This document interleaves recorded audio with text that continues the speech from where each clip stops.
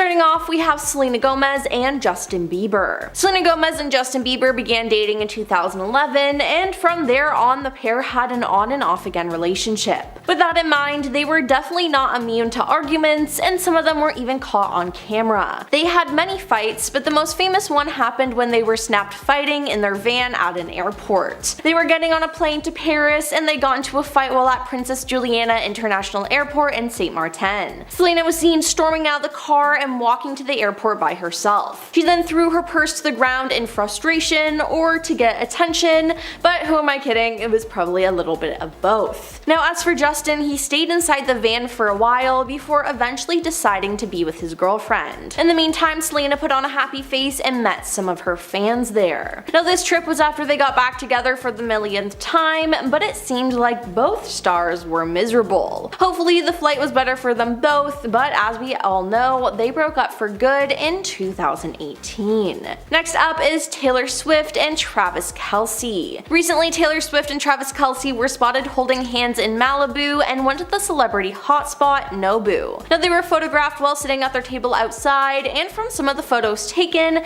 it appears that Taylor is yelling at Travis. Now a video of this was taken and surfaced on TikTok, igniting rumors of an argument. Some even took the conversation to Reddit, where they debated what she was yelling at Travis about. One fan claimed that Swift told Travis, "I already asked you for that." Another wrote, "LOL, she looks mad." However, plenty of Swifties were quick to defend the couple. Would people stop saying she's scolding him? Some people are animated speakers. Maybe she's just retelling a story. Like, you have no idea, so stop making up, one fan wrote in the comment section on TikTok. "She's such a passionate girl, period," another said. "I don't think for a second that she was screaming until crazy people started saying so because they were projecting their relationship onto others," a third person chimed in. "It's a completely normal conversation." Now, what do you think? Is she yelling, or is it just an animated convo? Let us know in the comments down below. Now we have Simon Cowell and Lauren Silverman. Simon Cowell and Lauren Silverman met in 2004 while on vacation in Barbados, although Lauren was married to businessman Andrew Silverman at the time. Years later, they began quietly seeing each other, and in July 2013, people confirmed that the couple were expecting a child together and that Lauren had filed for divorce. Now in March 2021, paparazzis photographed Simon and Lauren arguing while strolling with their son Eric and their dog. People passing by the couple reported that the X Factor judge had a face like thunder, while the couple appeared to be arguing, resulting in Lauren walking away from Simon and him crossing the street to walk on the opposite side of the road while speaking on his phone. Now, this wasn't the first time the pair had been caught bickering in public, as they seemed to be having a furious dispute inside a vehicle in New York City in September 2013. Now, according to Page 6, the pair were spotted arguing at the rear of an SUV with their windows down in broad daylight. Simon was seen with his hands in the air while Lauren appeared to be upset. Hours later though, the couple appeared to be okay as they strolled down New York's Upper East Side, smiling. Then there's Jennifer Garner and Ben Affleck. Ben Affleck and Jennifer Garner first met on the set of the 2000 movie Pearl Harbor, but were in separate relationships at the time. Now the pair then started a relationship and got married in 2005, and they had 3 children and likely had a perfect family, until their nanny Christine Ozonian claimed that she and Ben had an affair. Then in 2016, the pair got caught having an emotional moment inside a car prior to their divorce. The couple were snapped inside their SUV after dropping their 3 children at school when things got heated. Now, judging by the pictures that circulated online, Jennifer was seen frustrated as she made hand gestures throughout the argument. At one point, she could be seen breaking down in tears inside the vehicle. Now the reason for this? Well, in 2015, sources told Page 6, amid reports of Ben's gambling and alleged cheating with other women, that the pair had drifted apart and had been in professional therapy for years. Now their split was announced a day after their 10th wedding anniversary, and they finalized their divorce in 2018, but remain on good terms. On to Charles Saatchi and Nigella Lawson. Charles Saatchi and Nigella Lawson got married in September 2003, but their 10-year marriage gained intense media attention. In June 2013, photos emerged that showed the celebrity chef Nigella Nigella being choked by her then husband Charles during an argument out in public. Nigella reportedly left the restaurant where the altercation occurred in tears and moved out of the couple's home shortly thereafter. After the incident, Charles told the Evening Standard, "There was no grip, it was a playful tiff. The pictures are horrific but give a far more drastic and violent impression than what took place. Nigella's tears were because we both hate arguing, not because she'd been hurt." But the police and the public didn't agree. Nigella then applied for divorce, citing ongoing reasonable behavior. In July, 7 weeks after the incident, the pair were granted a decree nisi, effectively ending their marriage. Now, I'm sure it wasn't the first time he had put his hands on her, but to do that out in public where anyone could see was just insane. Now let's talk about Jessica Simpson and John Mayer.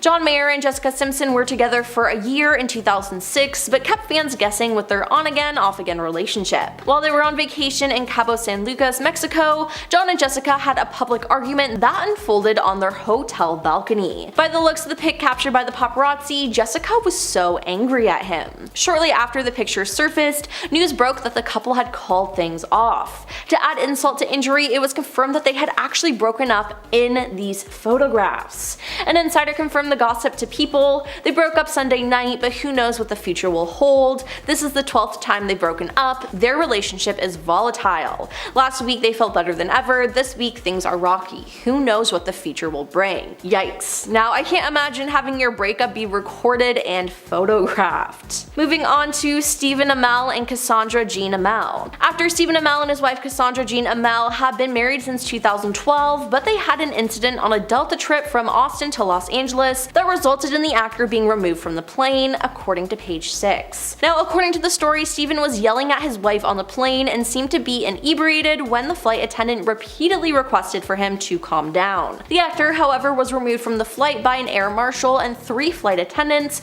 who took him off the plane while his wife remained on the flight destined to Los Angeles. Stephen felt compelled to inform his followers what occurred on Twitter after the event became public, explaining that he let his emotions get the best of him. He said, "My wife and I got into a fight on a Delta trip to Austin to Los Angeles on Monday afternoon. I was told to lower my voice, which I did. After about 10 minutes, I was ordered to exit the plane, and I did so right away. I let my emotions get the best of me, and that's the end of the tale. It has to be a sluggish news cycle." Then we have Megan McKenna and Pete Wicks. In March 2016, singer Megan McKenna joined the reality series The Only Way is Essex. Now, previous to her joining the cast, she and her castmate Pete Wicks were rumored to have been seeing each other. The couple started off their TV romance head over heels for each other, but with both of them having a tendency to lose their temper, things headed south quickly. Now, the relationship and failure of it became a major plot point of the show's 2017 season. About a week after the couple's tear-filled split aired on the show, the pair took the drama to the streets.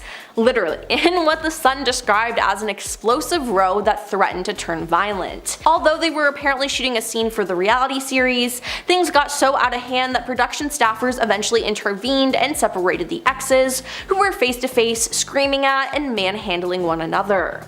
Although the reality stars just couldn't move past Pete's texting scandal, where he was caught sending racy messages to model Jackie Ryland during his time with Megan, they did seem to end up on friendly terms. They had a 2019 episode of Celebs Go Dating, and they even exchanged a kiss and briefly flirted. Now, I'm sure that fight was exaggerated for the cameras, but I'm glad it didn't get any crazier than that. Next up is Adrian Malouf and Sean Stewart. Rod Stewart's son, Sean Stewart, and the former Real Housewives of Beverly Hills cast member, Adrian Malouf, dated for a few months in 2013, broke up, then briefly got back together before splitting for good. Now, TMZ spotted the pair fighting next to the red carpet at a charity event back in September 2013, and it seemed to signal the real end to their on-off relationship, as Adrian appeared at an event just a couple hours later with a much younger man, Jacob Bush, by her side. Now, Sean later claimed to Adrian's former Real Housewives co-star Brandi Glanville on her podcast, "I do want to clear up one rumor, she never broke my heart."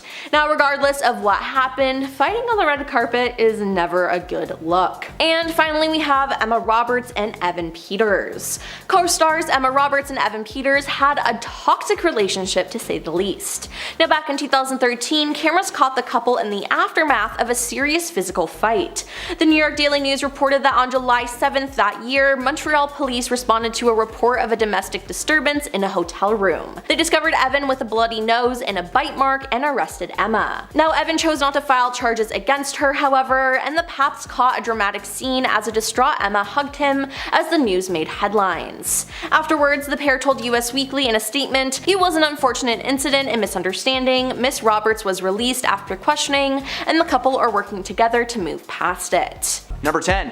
Kanye West and Kim Kardashian. The relationship between these two was long, rocky, and just full of drama. Kanye and Kim were together for 8 years before Kanye decided to be a maniac and post every single thought in his tiny little head on the internet. But that's not what we're talking about today. Today we are discussing a verbal spat filmed by a professional camera for her show, Keeping Up with the Kardashians. Kanye was voicing his opinions on Kim's upcoming appearance at the Met Gala. He makes comments basically saying that the outfit was just too revealing and that it physically upset him in his soul as a father of almost 4 kids to see his wife prepared to walk the red carpet in basically nothing. Kim snaps back by calling Kanye out as he was completely fine with the outfit the night before when she was having a full-blown panic attack about wearing it in the first place. There is some back and forth, and while this argument is small, it showcases the struggle that these two were actually having behind the scenes. This man was literally trying to tell Kim Kardashian what she can and can't wear. Had that worked out for you, Mr. Yee?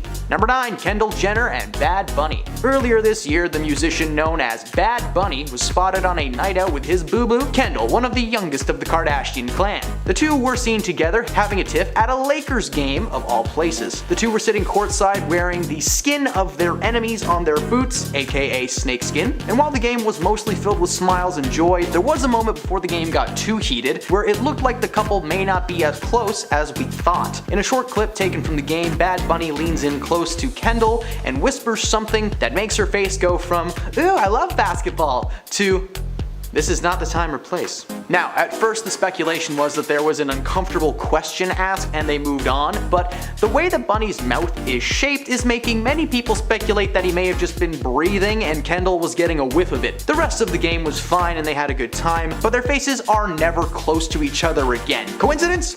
I think not. Number 8. Jennifer Lopez and Ben Affleck. Despite only being back together for like maybe 2 years, these two have actually been caught in a tiff the most out of everyone on this list, and I did include Kim Kardashian. So there is a ton of footage from red carpet events and awards where the couple seems to be having heated arguments. While attending the premiere for J-Lo's movie The Mother, the couple were photographed and filmed on the red carpet having a very heated discussion that seemed like a fight as the moment cameras flashed, they popped back into smile mode. However, according to a lip reading expert, these two almost never fight, but they have the most sour faces when they're trying to kid around. The expert broke down this specific exchange, claiming that Jen simply asked Ben how she looked and he responded with, "You look fine!" The rest of the argument was just them being cute, with Ben constantly making sure that she was comfortable and asking her if she wanted him to be closer, to which she said yes please. This is an example of a couple who seem to be mad on camera, but turns out they're just both weirdos with really expressive faces. Number 7. Bradley Cooper and Irana Shayk.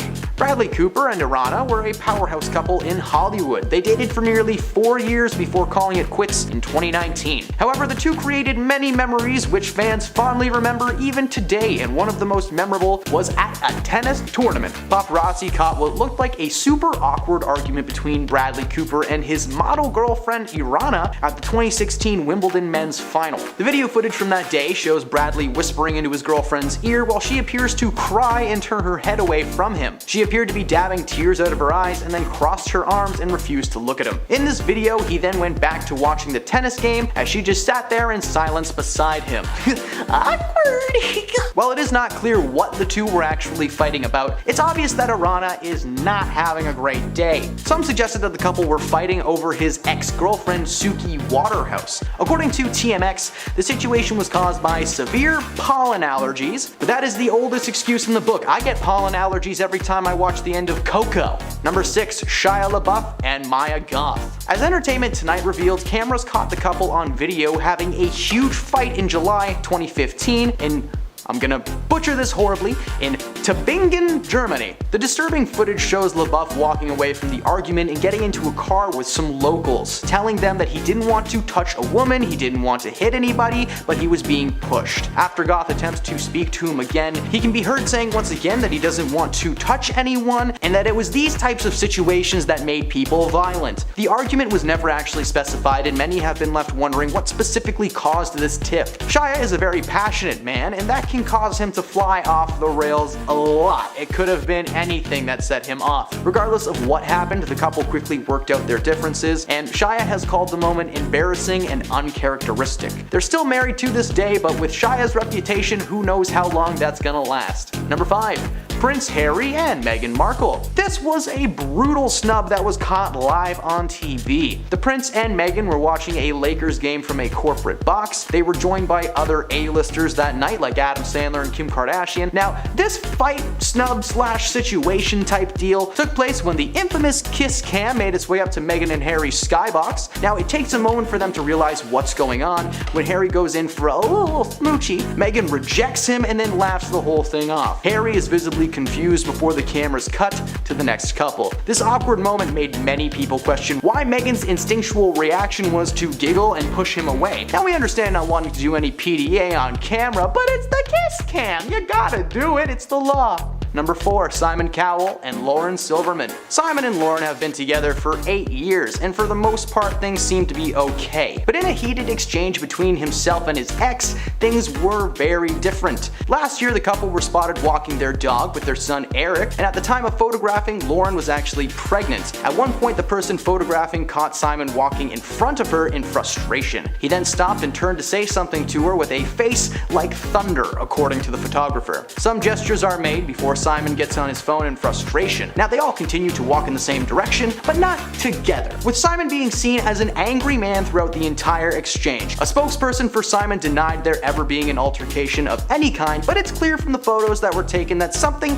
is not okay with these two. Number 3. Kim Kardashian and Kris Humphries. Kim Kardashian said she absolutely thinks she owes her ex-husband Kris an apology for how she handled their breakup. Kim opened up about her short-lived marriage to the former NBA player during part of one of her family's wide-ranging reunion specials with TV host Andy Cohen. It reflected on 20 seasons of Keeping Up with the Kardashians. The show ended after 14 years on air. During the conversation, Kim admitted that she felt pressured to go ahead with her wedding to Humphries in 2011 because they filmed it for Keeping Up with the Kardashians, and she didn't want to be known as one of those runaway brides forever, even though she had cold feet and just didn't want to do it in the first place. The couple were filmed on Keeping Up with the Kardashians several times, having verbal altercations, so it's no surprise that this marriage ended so quickly. I think the more shocking thing is that it happened in the first place. Nobody on the crew thought it was a little bit weird that the people fighting all the time were getting married.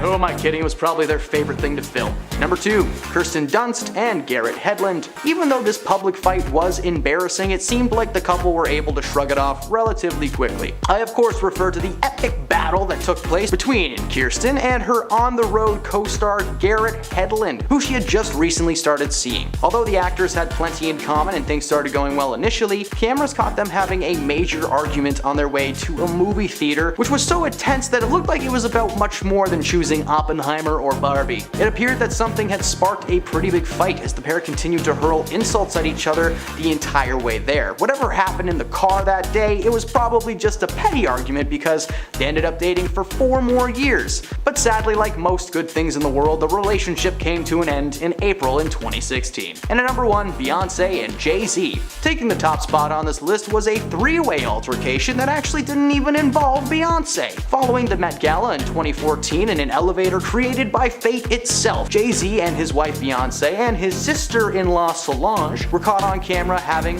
a time and a half. The footage showed Solange getting right up into Jay-Z's face and kicking as the security team holds her back. During the altercation, Beyonce is actually seen standing with her arms crossed, all calm and collected, before she just starts picking things up that are falling from her sister's bag. Jay never swings or lays a hand on anyone, he simply tries to block her attacks, but he is no Cobra Kai, so his blocks didn't really work. Eventually, Beyonce steps between the two and diffused the situation. Now, it's never been confirmed by anyone what the fight was about. According to Solange, Jay said something inappropriate that set her off, as she's very protective of her sister. Now, in a joint joint statement from the three, they said that the incident was in the past. They are a family at the end of the day with their own drama. Anyone watching with close kids or parents definitely knows what I'm talking about. Hi, Mom! Number 10. Kirsten Dunst and Garrett Hedlund. This is a great way to start off the list because even though this public fight was embarrassing, it seemed like the couple were able to shrug it off relatively quickly. We're going to talk about the epic couple fight that happened way back in 2012 between actress Kirsten Dunst and her on-the-road co-star Garrett Hedlund, who just recently started dating at the time.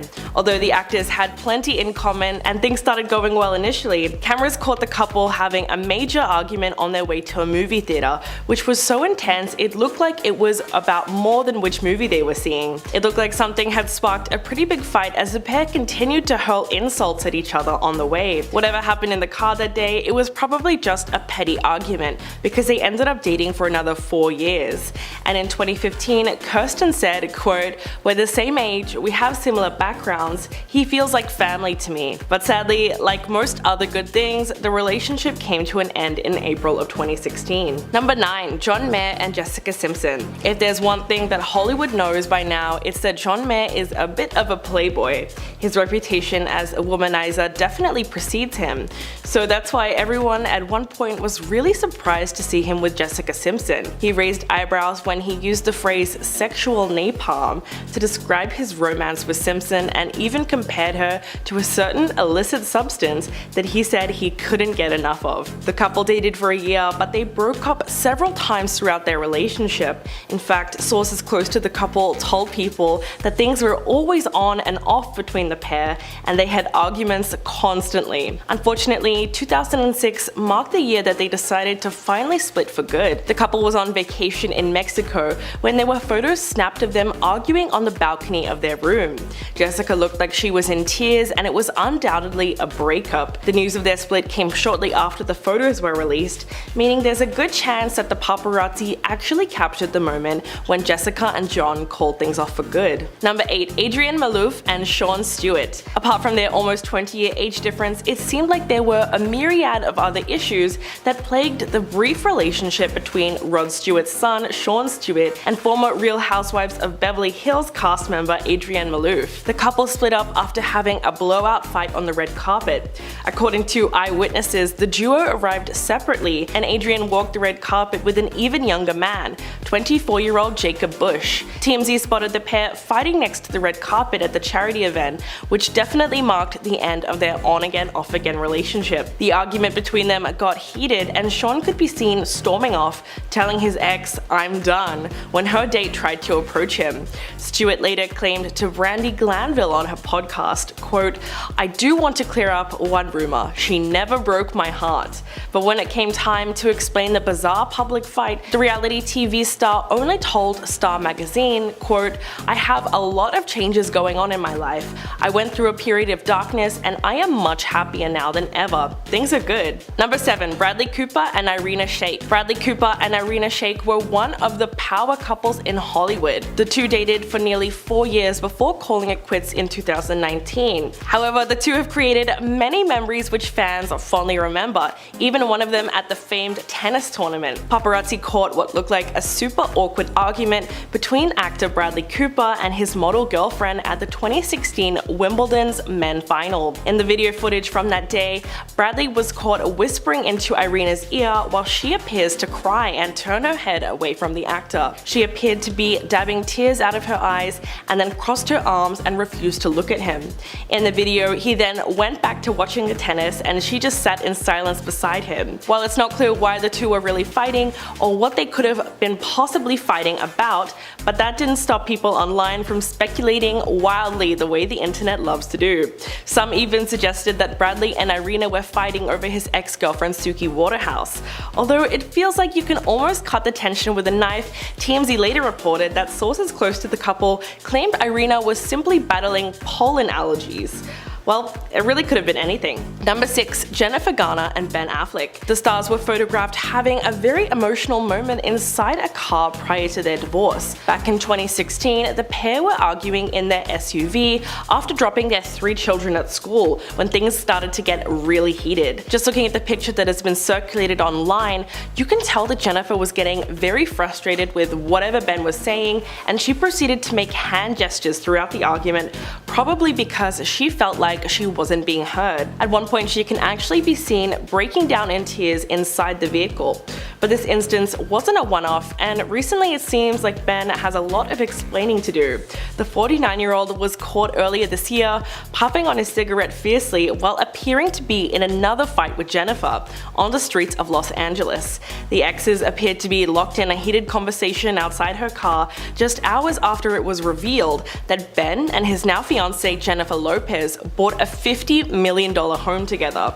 The pair rekindled their relationship in April last year, almost immediately after she ended her engagement with Alex Rodriguez. So the timing is definitely interesting. Number 5. Jessie Nelson and Jake Roche. When the former couple arrived together at the album release party for Little Mix's Get Weird in 2015, they were supposed to be in high spirits for the event.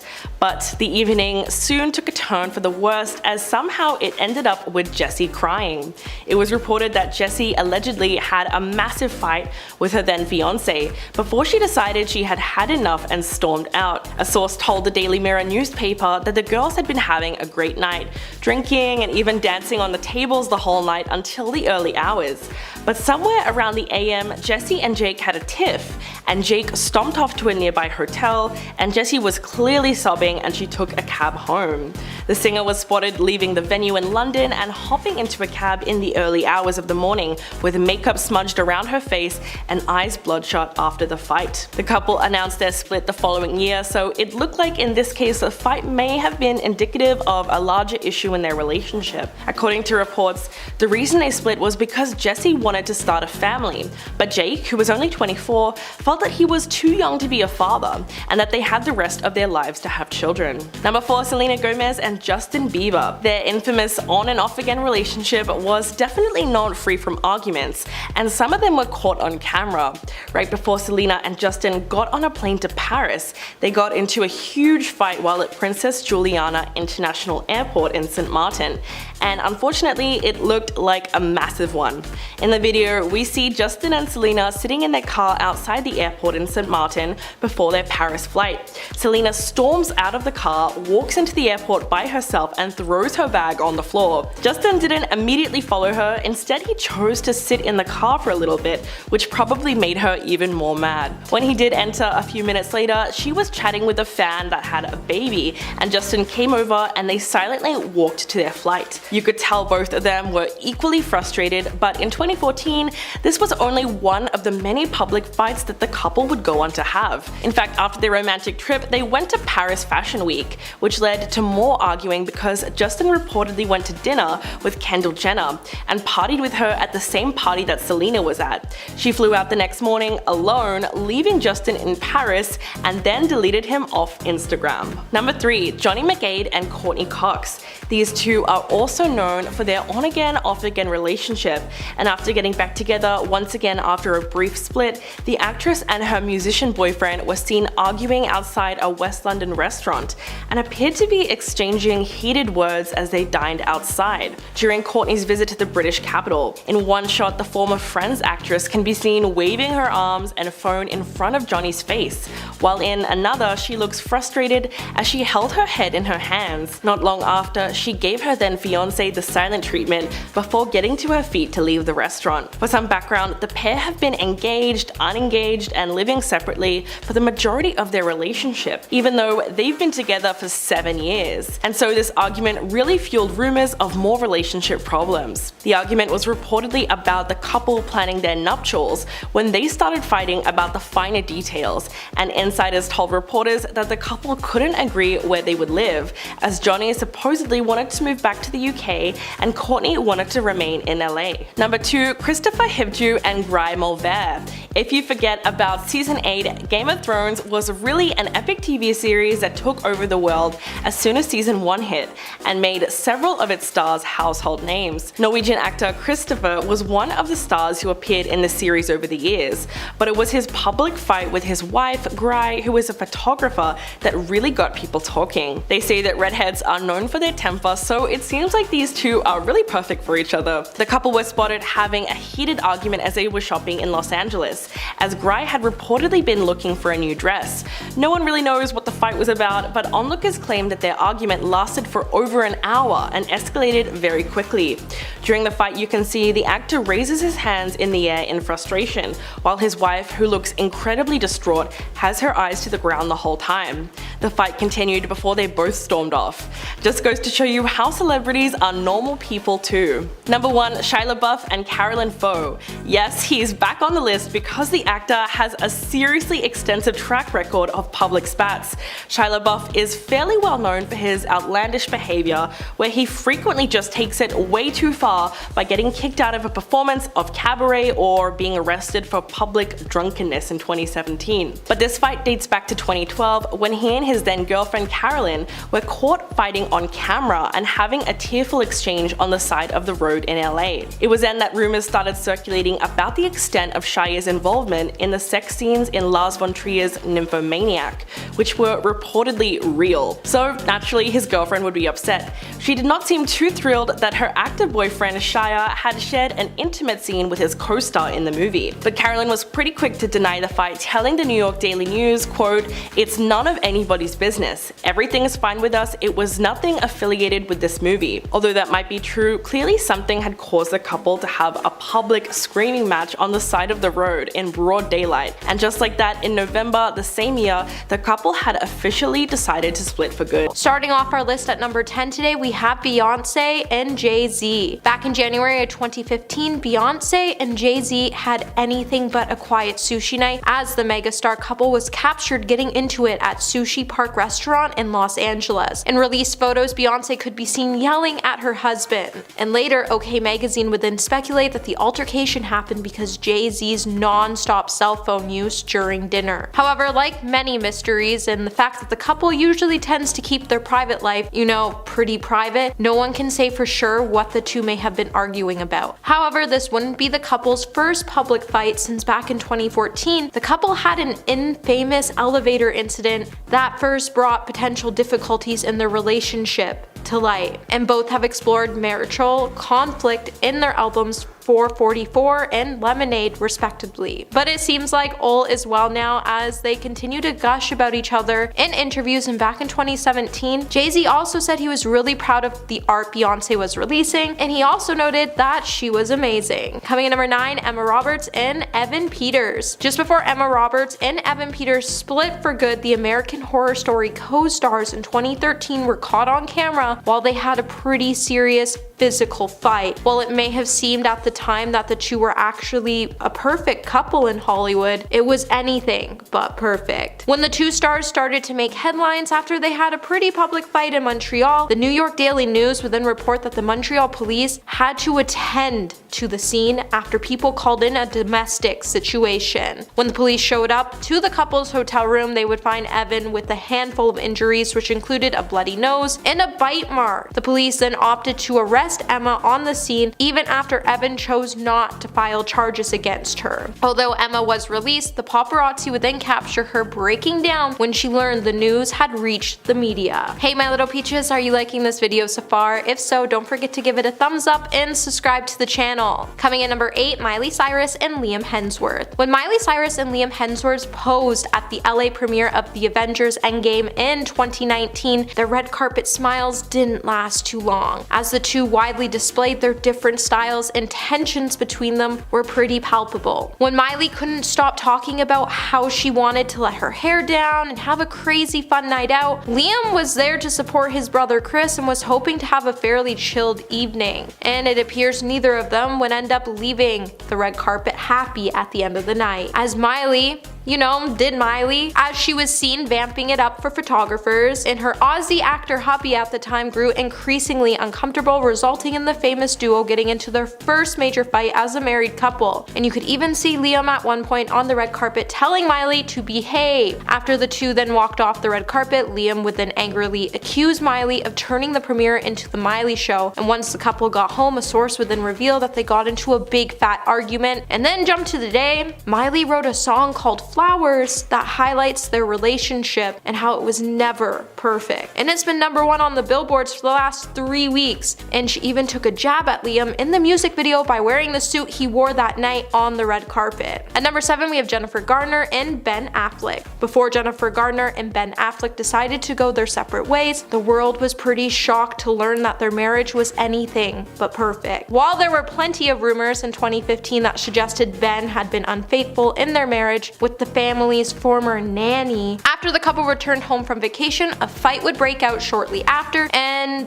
this is when they dropped their 3 children off at school. Onlookers would then tell In Touch that Jennifer and Ben were in their SUV when things started to get a little out of hand. They even started to claim that there was lots of gesturing through it all, and the photos and videos captured, you could see Jennifer crying. This is when people started to believe that Ben was making it clear that their marriage was over and that he was going forward with the divorce. #6, Angelina Jolie and Brad Pitt. At one point in time, Angelina Jolie and Brad Pitt were Hollywood's it couple, and you couldn't turn around without seeing them mentioned somewhere in the street. But it seems like after the couple filed for divorce and went their separate ways, they have been hitting headlines for some pretty serious accusations. Before the couple ultimately decided to part ways, they would be spotted at Legoland in Windsor, and they would be spotted coming off this ride with their children, and the couple could be seen getting into a pretty serious argument where Brad would be shown touching Angelina's arm before she pulled away and decided to shout in the actor's face while they were in public. The people who captured the photos then said they saw the couple again later, and they looked like they were still arguing sometime later. #5, Channing Tatum and Jenna Dawen. While it seems to be a trend of couples meeting on the set of movies and getting together and becoming couples, Channing Tatum and Jenna Dawen were no exception, as the pair started dating shortly after they worked together on the iconic dance movie Step Up. Although it looked like things were going extremely well for the pair, they would show the world that there were signs that things were off for months before they announced their divorce. Jenna would even open up about the couple's last months together in their relationship in her book. This is when she would claim that the two were only hurting each other by staying together. Also leading up to the couple's divorce, the couple were often seen sharing words out in public before heading out and getting snapped by the media in several photos. And after the public arguments, it would seem like Jenna would rather look at her cell phone than talk to Channing. #4, Blueface and Krishan Rock. Lately it seems like Blueface and his girlfriend Krishan keep making headlines for all the wrong reasons. If you've been online for the past few months, then you probably have seen the viral videos and tweets of the rappers going viral with the rise of the couple's reality show Crazy in Love. However, while some users view the relationship as entertaining, I think we can collectively agree that their relationship is pretty toxic, as we have seen the two enter into some pretty concerning altercations. The problem with the two is not only that the relationship is dangerous, but it's also harmful for the immediate parties around them. While it seems like Krishan is the main reason behind the couple's toxic relationship, she would go into an interview to come out to address the public's concern about her relationship by saying, "We're just here learning, figuring things out. We met each other how we met each other, but that's it." However, now that Krishan has announced her pregnancy with Blueface, things are only going to get more messy going forward, and that's what is the most concerning part for their fans watching. #3, Keith Urban and Nicole Kidman. Like any couple, it's no secret that Keith Urban and Nicole Kidman have endured their fair share of issues throughout their relationship. After all, Keith has used some of their disagreements as inspiration for his songs. While the couple often tends to keep their disagreements away from the media, back in 2016 when Nicole was captured giving her husband a look that no husband wants to see, the internet would go into a frenzy while they tried to figure out what happened. The confrontation would happen when they were at a movie premiere. Insiders would then tell the Daily Mail that things took a turn when Keith got upset over the couple's very busy schedules, as they had spent the year year apart. Apparently, Keith wanted to return to Australia to be with their family, but Nicole, on the other hand, was just really sick of Keith sulking about them being apart, and she just wanted him to be with her and support her career. Number 2, Rihanna and Chris Brown. Back in the day, Rihanna and Chris Brown had a relationship that made us all raise our eyebrows. Eventually, during their relationship, after headlines started to show that Chris got into a physical altercation with Rihanna, he would eventually be arrested and charged, and eventually the stars would also call off their relationship. Just before, the couple was at a pre-Grammy party when they started arguing in a car. Later, Rihanna would then open up about the altercation in an interview with Diane Sawyer. There, she would claim that their altercation started after Rihanna saw a text from a girl on Chris's phone. Rihanna then said that she knew he was lying and that he knew he had nowhere to turn. However, Rihanna would then go on to note that there had been warning signs that something bad was going to happen long before the incident. Apparently, the more the couple fell in love, the more they both started to realize how dangerous they were for another. Today, Rihanna has used her experience to help other young women going through similar situations. Number 1,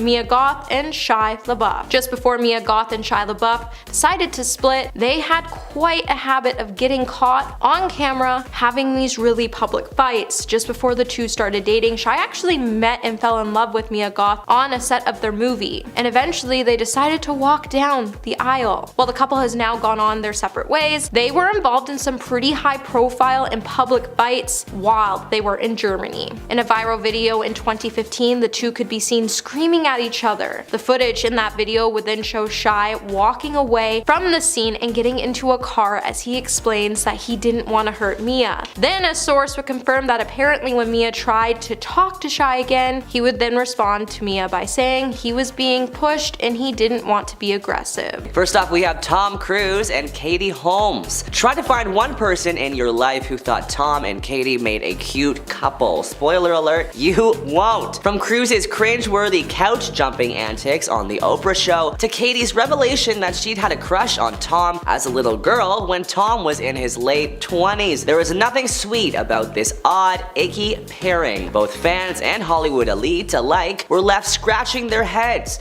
wondering what could have drawn them together. There actually were whispers it was a prearranged marriage, complete with signed contracts. And let's not forget about the dark specter looming in the background since day one: Scientology. In their 5 years together, Katie, once a bubbly TV star riding high after a starring role on Dawson's Creek, became quiet and passive alongside her more famous spouse. Years after the high-stakes divorce settlement and custody battle over their daughter Siri, we still don't know the full story of what went on behind closed doors. Next up, we have Jennifer Lopez and Ben Affleck. Once a couple 20 years ago, they're now back together and fans are annoyed. Ben is reportedly annoyed with Jennifer currently after her new movie about their love life was recently released on Prime Video. Insiders told The Heat that Affleck was reportedly scared that J-Lo's new film, This Is Me Now, would ruin his career, and apparently that fear has not dissipated. There is a very real risk that this film will not get the reaction she's expecting. Ben's been complaining to friends this could end up being Geely 2.0, they said. It will be especially embarrassing for him considering the career that he's built up and how seriously he takes on his projects. He's scared he's made a big mistake getting involved. This is the second project that they have worked on together, and since Geely was so panned by critics, receiving a 6% on Rotten Tomatoes and losing over $60 million at the box office, it seems as though Affleck has been worried about the same treatment, and it allegedly has been causing problems in their marriage. J-Lo's new 65-minute musical was released on February 16th, 2024 and has received some seriously mixed reviews. While it was dubbed the worst movie of the century by the Wall Street Journal, the reviews are actually a lot more positive on Rotten Tomatoes with a 74% reviewer tomato meter. Next up, we have Kylie and Timothée Chalamet. The pair seems like a happy couple going viral in January for their Golden Globes appearance, but rumors have been swirling that Timothée and Kylie have been suffering relationship issues. Timothée posted alongside Zendaya at the Dune 2 red carpet in South Korea earlier this week. He donned a gray jumpsuit and pouted at the cameras. Zendaya matched the actor and donned a pink jumpsuit. Fans noticed that Timothée seemed to to look somber while posing, and fans flocked to Reddit to discuss their thoughts. Somebody schedule a wellness check for Chalamet, one user says. Another saying, can we stop giving these people more attention? They are a bunch of talentless, greedy culture vultures who are helping destroy our planet. And before anybody comes for me, I'm not a Timothée fan either. He is an overhyped Mayo man, in my opinion. Next up, we have Ariana Grande and Ethan Slater. Just because we learned that Ariana is dating her Wicked co-star Ethan Slater a mere 3 days after news broke that Grande was splitting from her husband Dalton Gomez, doesn't mean the timeline was equally as rushed in real life, right?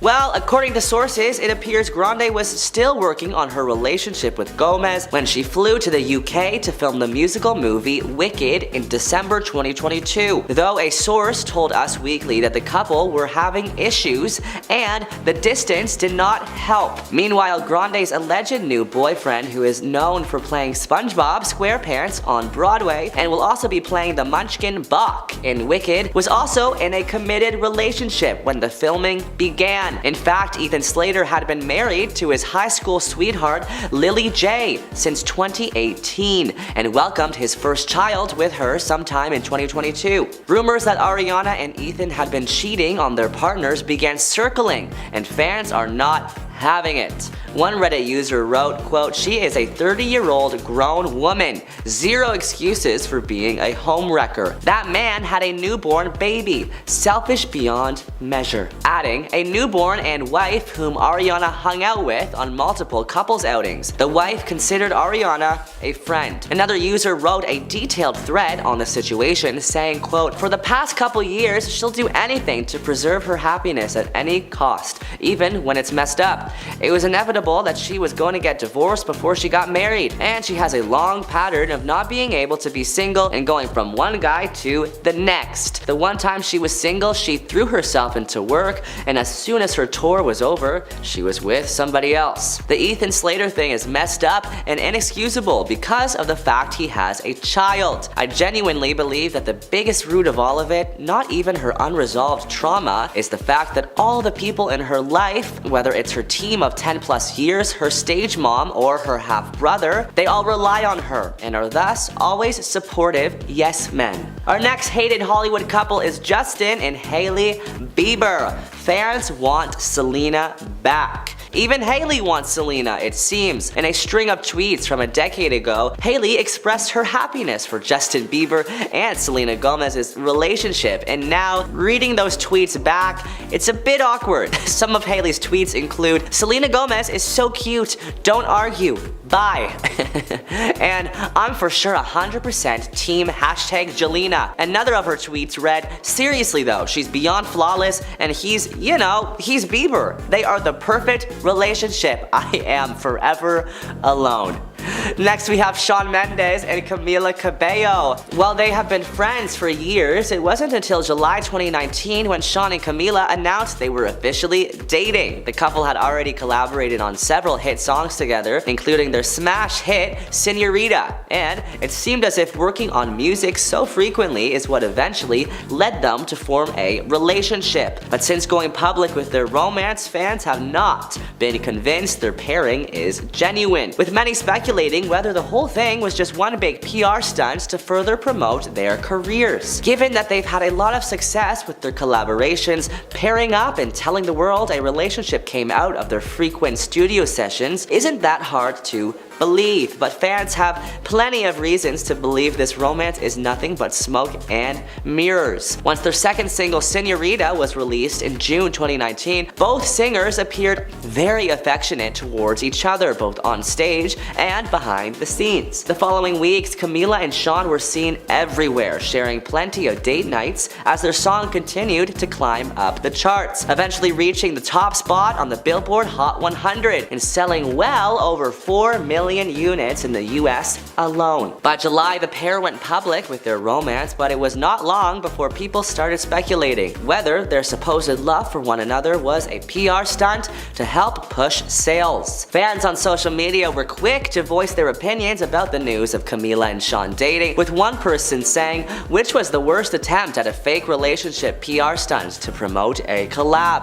Zed dating Selena Gomez or Sean dating Camila? Another writing, are you guys done promoting Senorita yet? Next up, we have Jessie James and Sandra Bullock. Sandra was already one of the world's highest paid actresses. In 2013, she got paid $70 million for the movie Gravity. So I'm sure ex Jessie James wanted in on those riches. Jessie and Sandra's almost 5-year marriage went down in absolute flames when the world found out he had cheated on her with not one, not two, but over 3 women. And as of 2017, it sounds like he still does not think it's such a big deal. In general, both women and men cheat. It's part of life, he told the Daily Mail.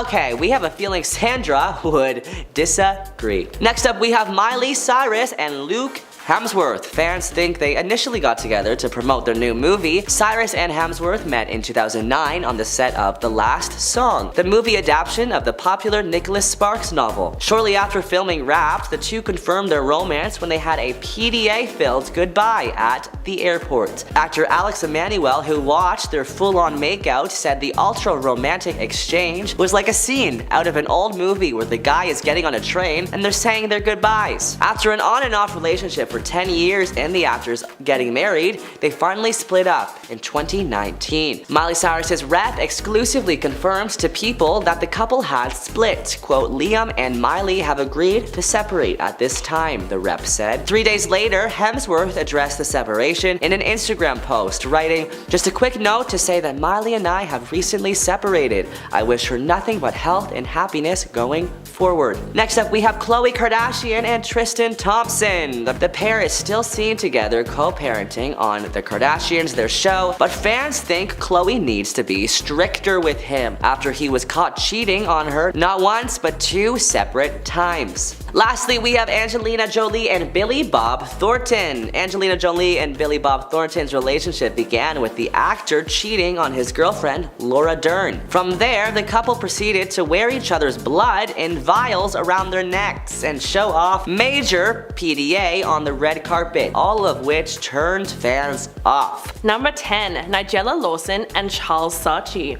The couple's fight was witnessed by a photographer who stumbled upon celebrity chef Nigella Lawson being choked by none other than her husband, Britain's most high-profile figure, Charles Saatchi. The incident all went down during her birthday lunch, and a now infamous photo was captured of the chilling sight. The photographer, who only went by the name Jean-Paul, told Vanity Fair in 2013 that when Charles grabbed his wife's throat, quote, it was so violent with such force that her head snapped backward. The story hit the tabloids at full speed and actually served to open up a much-needed conversation about domestic violence. Their relationship was obviously far from perfect, but the intense controversy that the incident sparked was enough to tear them apart forever.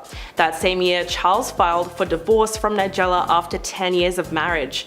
Funnily enough, he later told the Daily Mail that putting his hands on her throat was merely a gesture and insisted that there was no pressure applied to her. Yeah, right. Number 9. Kim Kardashian and Kris Humphries.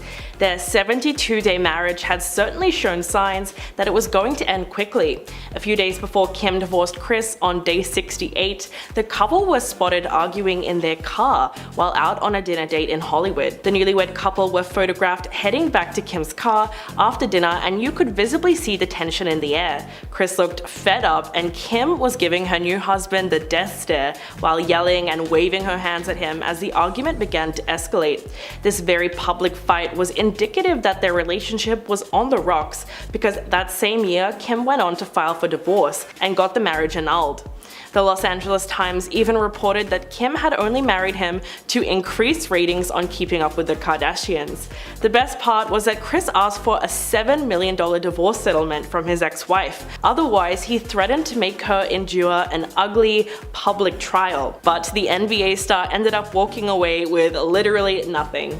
Number 8. Emma Roberts and Evan Peters. The American Horror Story actors first met on the set of Adult World in 2012, and in the short 4 years since then, the two have shared more drama than some of Hollywood's biggest blockbusters. Toxic doesn't even begin to describe their relationship. We're talking about at least 3 breakups and deleting all social media traces of each other. Early on in their relationship, TMZ reported that the two got into a heated argument while staying at a hotel in Montreal that ended up with both stars getting physical. When police arrived, Peters was found with a bloody nose and bite marks on his body, prompting police to take Emma into custody, arresting her for domestic violence. But her then boyfriend decided not to press charges and they were back together a few hours later. What's really bizarre is that a couple of days after the fight, photos were shared online of Emma clinging to Evan while sobbing into his arms after news broke of the fight. Paparazzi were even able to capture the two hugging one another, with Emma looking extremely upset the whole time. The incident was a bit of a grey area, but many have labeled it as straight up domestic violence. Number 7. Stephen Amell and Cassandra Jean Amell. The couple have been married since 2012 and all seemed well in public until it didn't. The star of CW's Arrow and his wife got into an altercation on a Delta flight from Austin to Los Angeles that ended up with the actor having to be forcibly removed from the flight. Stephen was reportedly screaming at Cassandra while they were seated on the plane and appeared to be intoxicated when a flight attendant asked him to calm down multiple times. When the fight escalated to the point of no return, the actor had to be restrained and removed by an air marshal and 3 flight attendants that worked together to get him off the plane. His wife did not go with him and instead chose to remain on the flight. Big surprise there. With the incident made public, Stephen took to Twitter to try and explain the whole thing and claimed that his emotions got the better of him. Quote, "My wife and I got into an argument. I was asked to lower my voice and I did. Approximately 10 minutes later, I was asked to leave the flight and I did so immediately. I was not forcibly removed." The whole thing was really absurd because if they needed 4 people to get him off the flight, something about his side of the story just doesn't add up. Number 6. Angelina Jolie and Brad Pitt. Before the former couple split, their relationship was clearly becoming strained, as The Sun reported that the same year that Jolie filed for divorce, they were spotted in Legoland having a major public spat. Onlookers told the magazine that both stars didn't look happy and looked stern-faced, and photos from the incident show Brad actually grabbing Angelina's arm while she pulls away and appears to be screaming at him. The couple filed for divorce in 2016, citing irreconcilable differences. Now the actors are both learning to co-parent their 6 children after years of custody battles and child support drama. According to Daily Mail, Brad has even been seen visiting Angelina's house to spend time with his kids, so it sounds like they are back on good terms. Number 5. Rihanna and Hassan Jameel. The former couple seemed like they were perfect for each other after rumors swirled that the two were engaged in 2017. Although they managed to keep their relationship very private and didn't post many photos together on social media, photos emerged of the two on a trip to Mexico in 2018 that left many fans wondering if they were done for good. The paparazzi captured photos that painted a picture of Rihanna screaming at her former billionaire boyfriend and angrily pointing her finger at him while they were on the poolside. What's interesting about the photos is that in comparison to Rihanna, Jameel looked very calm and almost passive in the argument, which made the whole thing go viral. Because of all the noise online, the singer took to Instagram and posted a meme of a female lion roaring at a male lion with the caption, quote, "When you think you know more about soccer, #World Cup 2018. But even though she had a good sense of humor about the fight, the couple still ended up splitting up in 2020 because allegedly their lives were just too different and it was too hard to maintain a relationship. Number 4. Nicholas Hoult and Jennifer Lawrence. The couple fell in love with each other when they first met on the set of the X-Men movie series and became co-stars. Jennifer played Mystique and Nicholas portrayed Beast. It all seemed to be going well for the pair until they suddenly split in 2014 after dating for nearly 5 years. They did have a really public fight, however, when they were once spotted arguing during a dinner. According to reports, the former couple was at a restaurant together when they started really getting into it. Witnesses claim that the actress was upset about something and even threw her hands into the air at one point. Nicholas apparently also got very frustrated as he started shouting at her. Jennifer had apparently had enough with him and broke down as he stormed out of the restaurant. Seems like it was a bit of a mess, but it's great that the former couple have since been able to move on with their respective partners. Number 3. Simon Cowell and Lauren Silverman. This was not just one explosive fight, but actually several. The lid was really blown off the couple's relationship problems when paparazzi captured photos of them in March last year having a tense argument while walking with their son Eric. According to The Sun, passerbys noticed that the X Factor judge had a face like thunder, and their arguing was so loud almost everyone could hear them.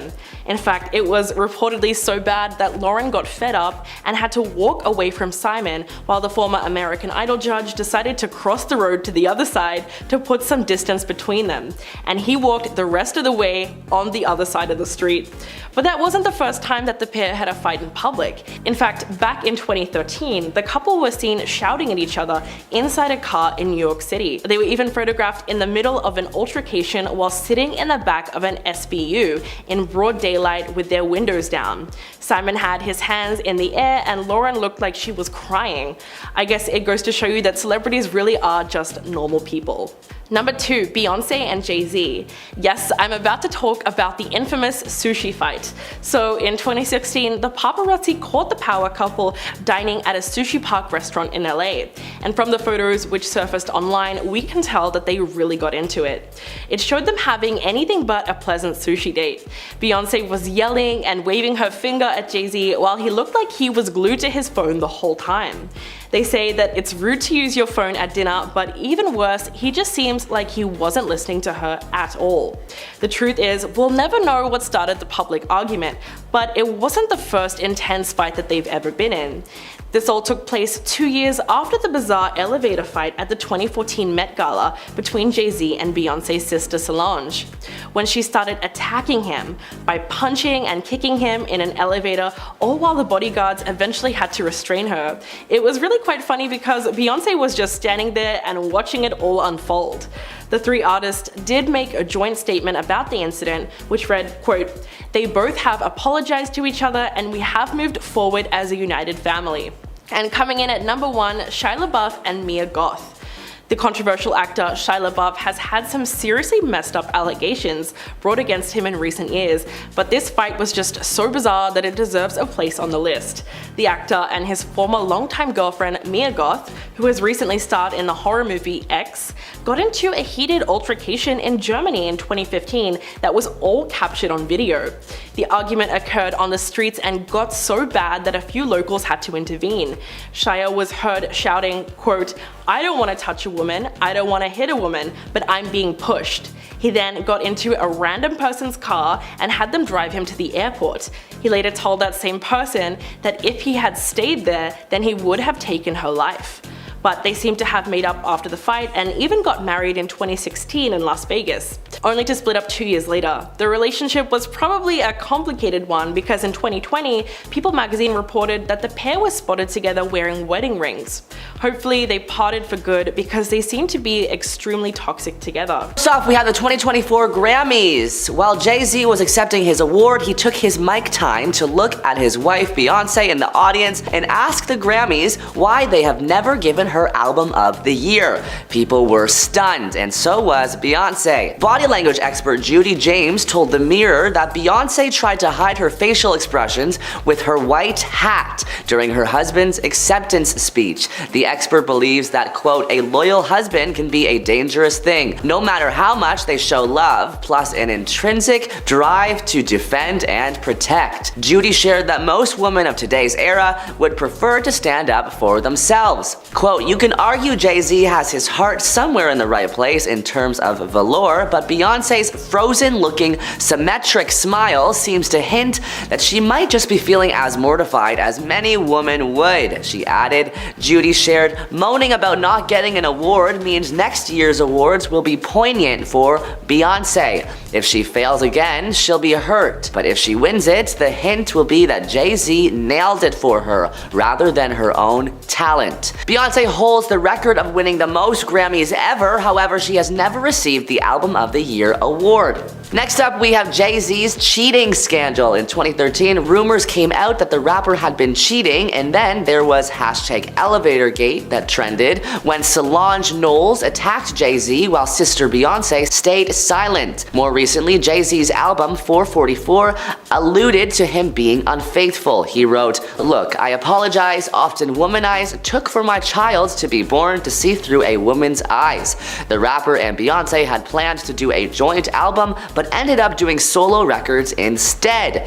"We were using our art mostly like a therapy session, and we started making music together. And then the music she was making at that time was further along. So her album came out as opposed to the joint album that we were working on." Next up, we have the Lance Rivera situation. In 1999, Jay-Z was arrested for, let's just call this, putting a knife into the young record executive Lance Rivera. Jay-Z believed Rivera distributed bootlegged copies of his then unreleased album, The Life and Times of S. Carter, which was not supposed to hit stores until later. After committing the crime, Jay-Z turned himself into the police, accompanied by his lawyer. A witness to the altercation said Jay-Z walked up to Rivera and said, "Lance, you broke my heart." Rivera responded with, "What?" before Jay-Z pulled out the knife, according to the witness. Jay-Z pled guilty and faced a 3-year sentence of probation. Next, we have the fact that Jay-Z was a substance dealer, we'll call it, in his teenage years. Speaking to Vanity Fair, Jay-Z opened up about his past, admitting that he was dealing substances to make ends meet. "It was everywhere. It was inescapable. There wasn't any place you could go for isolation or a break," he said in an interview. "You go in the hallway, there are people using in the hallway. You look out in the puddles on the curbs, everywhere." Jay-Z admitted that while he made a living selling substances, he never once used them. Jay-Z claimed that he did learn some of the business practices he does today from his time dealing the substances. "I know about budgets. I was a dealer. To be in a deal, you need to know what you can spend, what you need to re-up." Next up, let's talk about Jay-Z suing Rita Ora for alleging that she still owed 4 more albums. Famous singer Rita Ora was sued by Jay-Z's album label Roc Nation, with Ora alleging the company lost interest after they focused their attention on other ventures such as streaming service Tidal and also a sports management company. Roc Nation's claimed they sunk millions into Rita's career and that she owes them 4 more albums. Ora signed with Roc Nation in 2008 while she was an unknown artist and agreed to deliver 5 albums and has only produced 1. Ora's attorney Howard King said Jay-Z promised Ora, quote, total freedom from the label. In a statement, King believes that Sony Music made Roc Nation file the action to preserve whatever rights Sony had. Roc Nation alleged it was a breach of contract and they demanded $2 million plus be given back along with unspecified damages for the 4 undelivered albums. The lawsuit was settled between the two parties, with Rita Ora possibly signing with a new music label.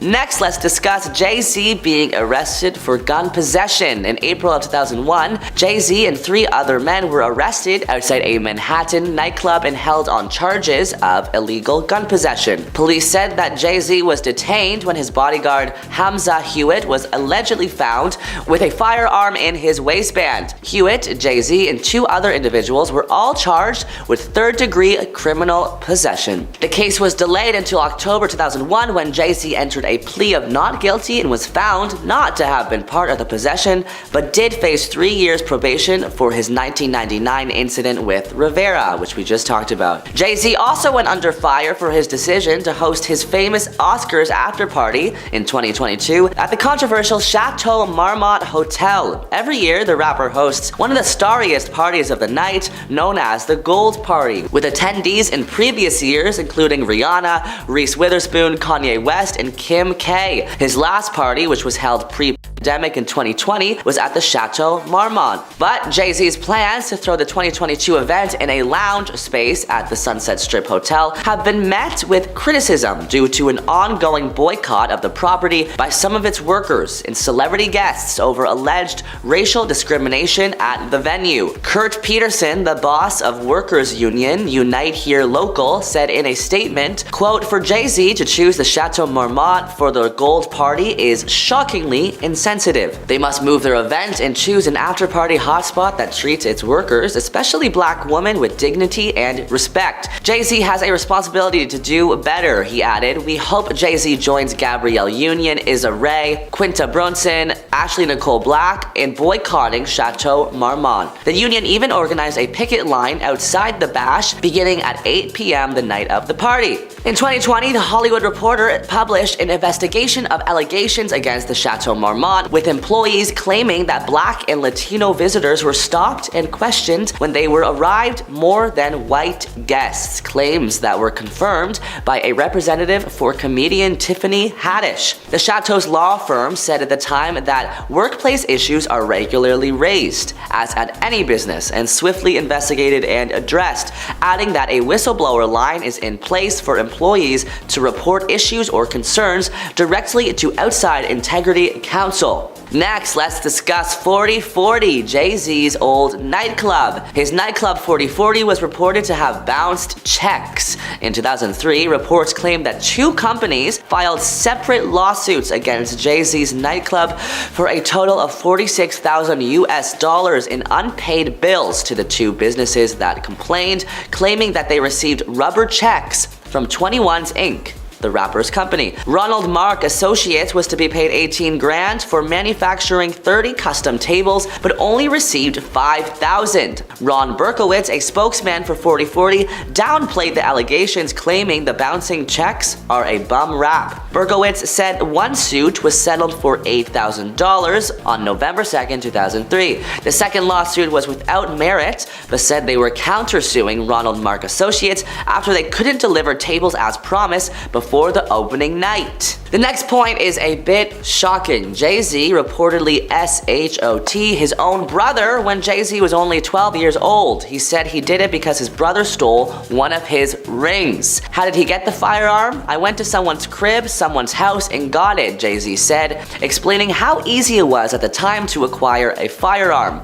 "They were everywhere. You didn't have to go far to get one, they were just everywhere." After doing this to his brother, he believed he was going to jail, but his sibling refused to press charges and ended up apologizing to his brother because he was an addict. "It was terrible. I was a boy, a child. I was terrified," he said in the interview. Lastly, let's discuss how he reportedly punched a female fan in 1999 at one of his concerts. Yikes. In footage from Jay-Z's concert film, Backstage, a scene from part of the film shows Jay-Z striking a young female fan back in 1999. The rapper appears to slap and then push her in front of him as he walks down a corridor with his entourage. A spokeswoman for the rapper says that the footage was being taken out of context. Speaking to the New York Daily News, she said, quote, "The person in that video is someone who he's worked with for years and they are very, very close. And for it to be exerted like that is an insult." So 2 days ago, Justin posted a photo dump on Instagram. Fans were excited to see new photos of the star, except there was one problem. One photo he posted was of him crying.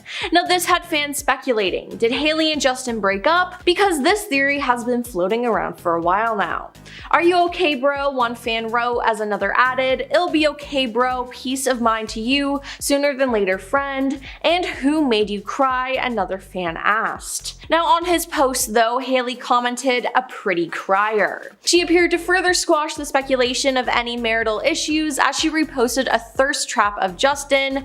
"Oh, I'm unwell," she wrote on her Instagram story, with a shirtless photo of the Justice artist dripping wet in front of a tropical sunset. But Was this just a cover-up? You see, Justin and Hailey tied the knot in 2018, and they've since frequently been met with rumors of marital trouble. Speculation was recently reignited by Hailey's father, Stephen Baldwin, who posted about special challenges the couple was facing in a since-deleted post on Instagram in February. He asked for a little prayer for them to have wisdom, protection, and drop close to the Lord. Afterwards, a source told TMZ that Hailey was upset with her father over the comment. Recently too, Hailey called out some blind items on TikTok, which referenced marital troubles and accused her of cheating. Just FYI, the stories and constant blind items I see on TikTok are 100% of the time wrong, she wrote last month on her Instagram story. Made out of thin air, come from the land of delusion, she said. So I know it may be fun feeding into these stories, but just know they're always false. Sorry to spoil it, added Hailey. Now, it's even been rumored that the pair are living apart,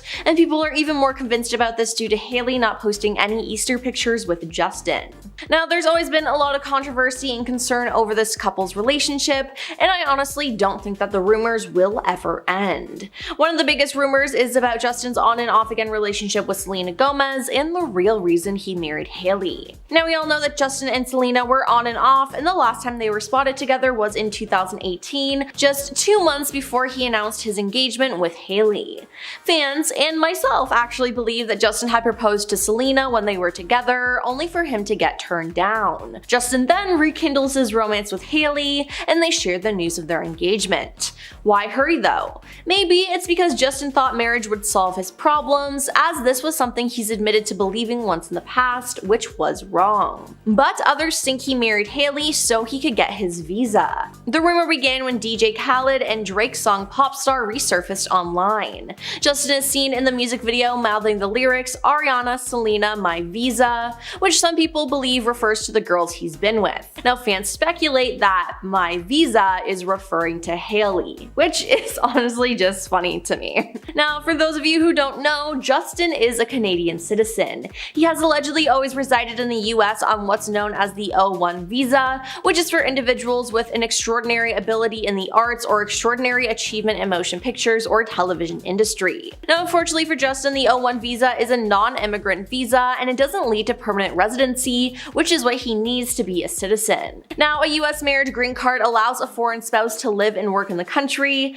and they can also apply for citizenship after 3 years, but if you're applying under the 3-year rule, you might face scrutiny over the authenticity of your marriage. The 5-year rule, however, doesn't need to consider the marital union portion of the visa, so someone under this visa might have a higher chance of becoming a US citizen if they apply after 5 years. And in September, Hailey and Justin had their 5-year anniversary. Now, is Justin done with her now that he can get residency? I guess we'll just have to wait and see what happens, but personally, I don't see this marriage lasting another 5 years. With the way that Justin treats Hailey, it appears that they're not the best fit, so maybe it's a good thing that this marriage will be coming to an end. Now, in public, it seems like Justin doesn't really seem to care about Hailey.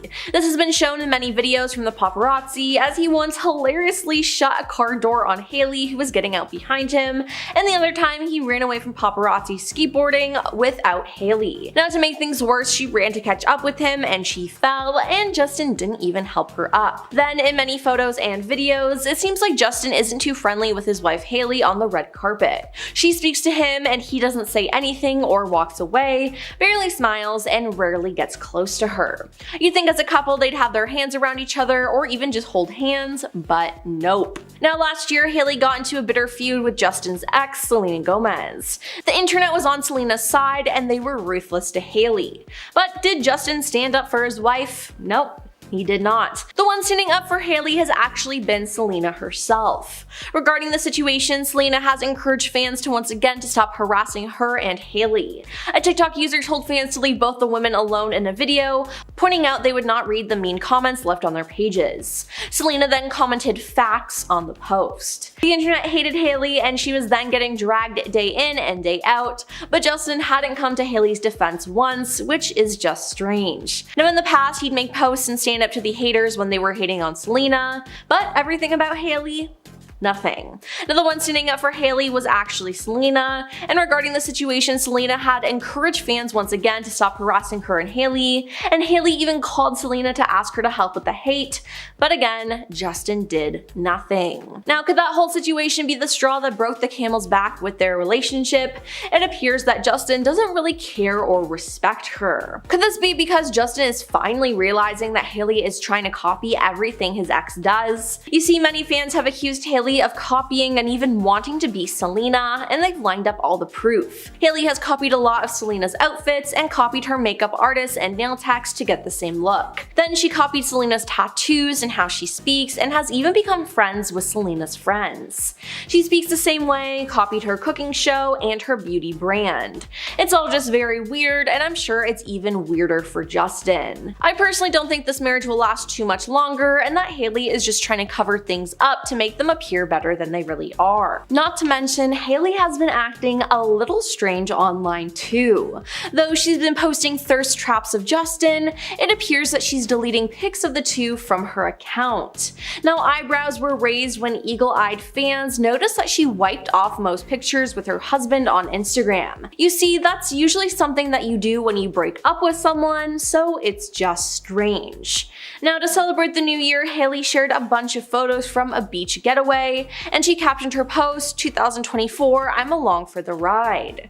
What fans couldn't help but notice though was Justin's absence from the pictures. Many question if there was trouble in paradise or if the it couple was heading for divorce. A user commented, divorce coming, cause ya acting shady. Another wrote, you ruined relationships with bad games and bad energies and grew your career by completely upsetting people. You failed the test of humanity. A fan then slammed Hailey by saying, you've used Justin, stalked him, and married him at his most low and vulnerable time. You should have told him to heal first, he needs to heal, but yours and your dad's plan worked. You got the man, but how miserable he looks, he knows he made a mistake. Stop dragging him everywhere and call paparazzi, he hates the public attention. Don't you want him to heal and be happy? Now, it seems like his fans are really passionate about not liking Hailey and thinking she's using him. You see, in the year 2020, Justin was a guest on the Ellen DeGeneres show hosted by Demi Lovato. Demi asked him how he and Hailey met, and he says that they met at an early morning taping of the Today Show and he thought that she didn't want to be there. He said her dad dragged her out of bed to go, and that because she was raised Christian and he was raised the same way, he said, I'm pretty sure it was an arranged marriage. Now, Demi and the audience laugh at this, but there might be some truth in this. He followed up by saying, looking back now, it was definitely an arranged marriage. They set this whole thing up. He then repeats it again as he comes to this realization. So, is it an arranged marriage? Some think so. Now, back to the weird stuff happening on social media. In December, Hailey reshared a cryptic post on her Instagram stories about being alone. It read, you don't get tired of being alone, and the following line said, me alone, along with 3 pictures of Hailey putting on makeup, sleeping, and drinking a cup of coffee while wearing a fluffy white robe. Again, people were wondering, where is Justin? Now, in October 2023, an insider revealed that Hailey and Justin were struggling in their marriage. He acts like a needy kid all the time, and she's constantly having to apologize for him and try to get him to act like an adult, the source told Radar Online. The insider also alleged that Hailey is fed up with Justin's immature behavior after being embarrassed during an event they attended to promote her skincare brand, Rhode. Now, another source told the National Enquirer that their marriage is based on Justin's childish needs, and Hailey and Justin got married very young and didn't know what they were getting into, and it's been up and down ever since. Now, not to mention, last week a photo emerged of the couple attending Coachella earlier this month that seemed to add to speculation of marital troubles. A group shot captured the couple leaning drastically away from one another, causing fans to analyze their body language. Hailey draped her arm on a friend to her right, while Justin tilted his head away from the pair to the left. The way he's leaning away from her, one person wrote on Reddit. Yikes. First off, we have Shawn and Camila. While they have been friends for years, it wasn't until July 2019 when Shawn Mendes and Camila Cabello announced they were dating. The couple had already collaborated on several hit songs together, including their smash hit Señorita, and it seems as if working on music so frequently is what eventually led them to form a relationship. But since going public with their romance, fans haven't been convinced that their pairing is genuine, with many speculating whether the whole thing was just one big PR stunt to further promote their solo careers. Given that they've had a lot of success with their collaborations, pairing up and telling the world that a relationship came out of their frequent studio sessions isn't that hard to believe, but fans have a lot of reasons to believe this romance is nothing but smoke and mirrors. Once their second single, Señorita, was released in June 2019, both singers appeared very affectionate towards each other both on stage and behind the scenes. The following weeks, Camila and Shawn were seen everywhere, sharing plenty of date nights as their song continued to climb the charts, eventually reaching the top spot on the Billboard Hot 100 and selling well over 4 million units in the US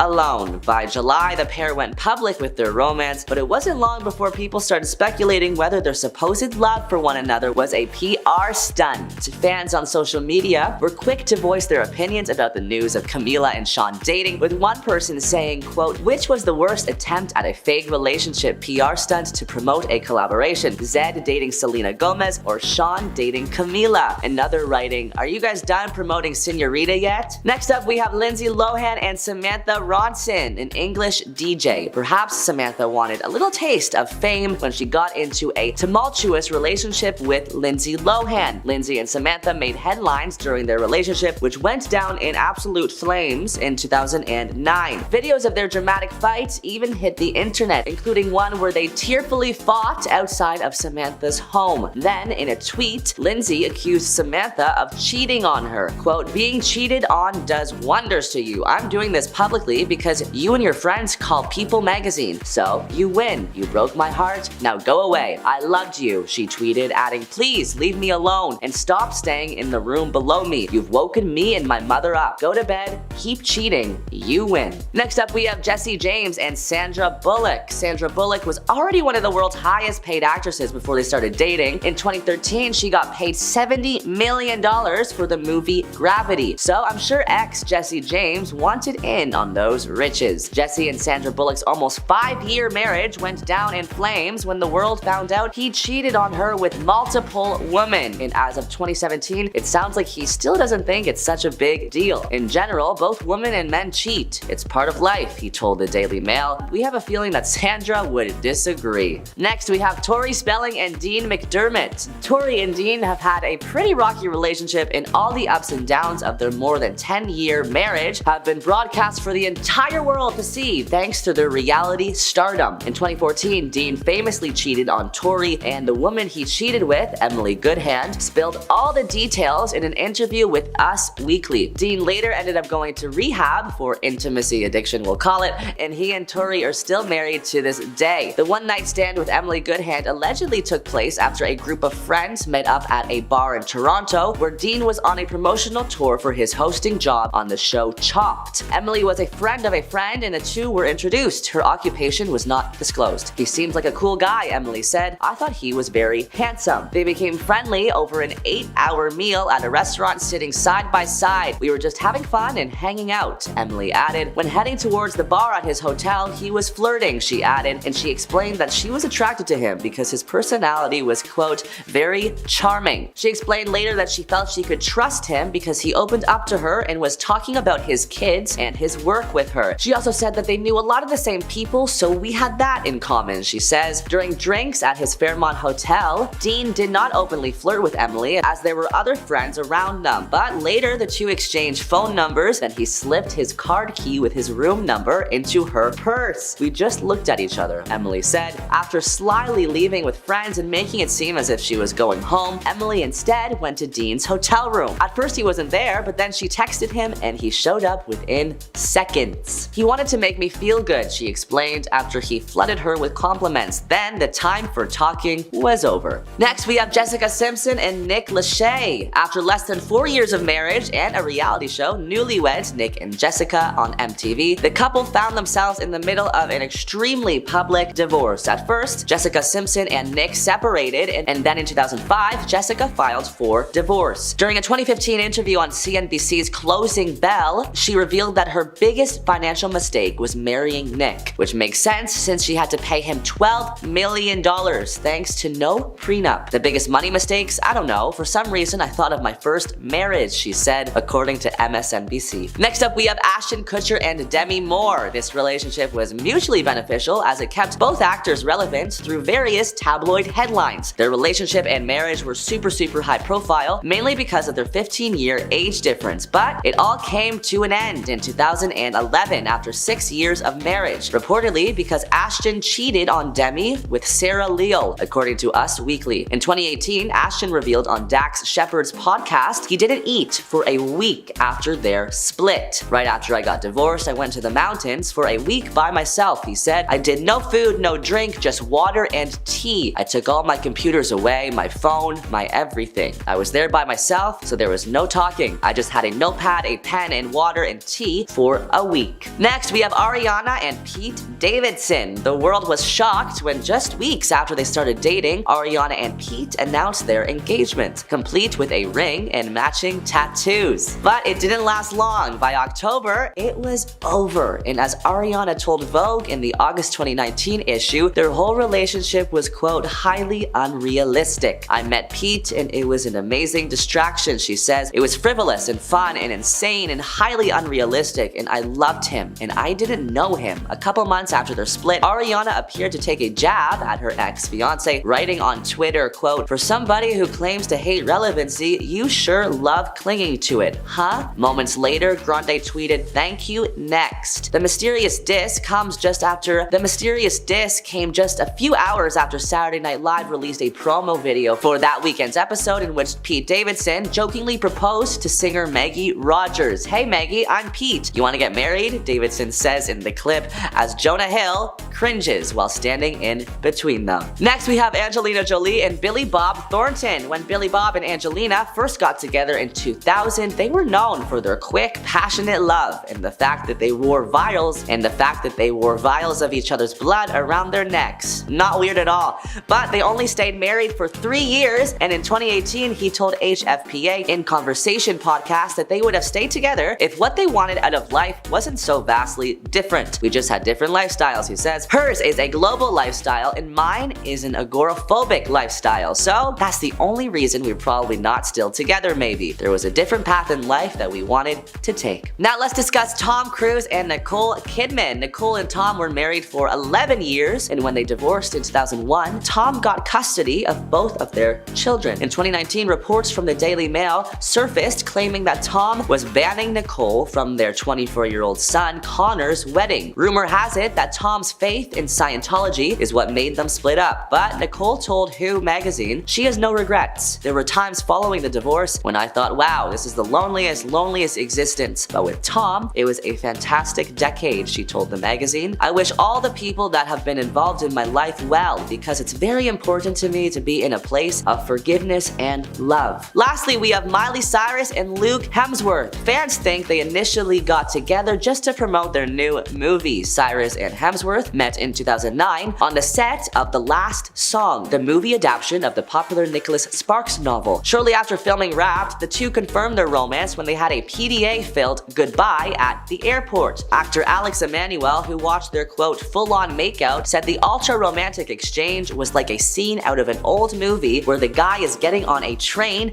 and they're saying their goodbyes. After an on and off relationship for 10 years and the actors getting married, they finally split up in 2019. Miley's rep exclusively confirmed to People that the couple had split up. Liam and Miley have agreed to separate at this time, the rep said in a statement. The rep continued in the statement, ever evolving, changing as partners and individuals. They have decided that this is what is best while they both focus on themselves and careers. They still remain dedicated parents to all of their animals while lovingly taking this time apart. Please respect their process and their privacy. 3 days later, Hemsworth addressed the separation in an Instagram post, writing, "Just a quick note to say that Miley and I have recently separated, and I wish her nothing but health and happiness going forward." First off, we have Miss Dolly Parton. Dolly Parton and her husband, Carl Dean, tied the knot over 50 years ago, but have always had an open nature to their relationship. The country superstar says that the couple have a don't ask, don't tell policy, even though they consider each other soulmates. If we cheat, we don't know it. So if we do cheat,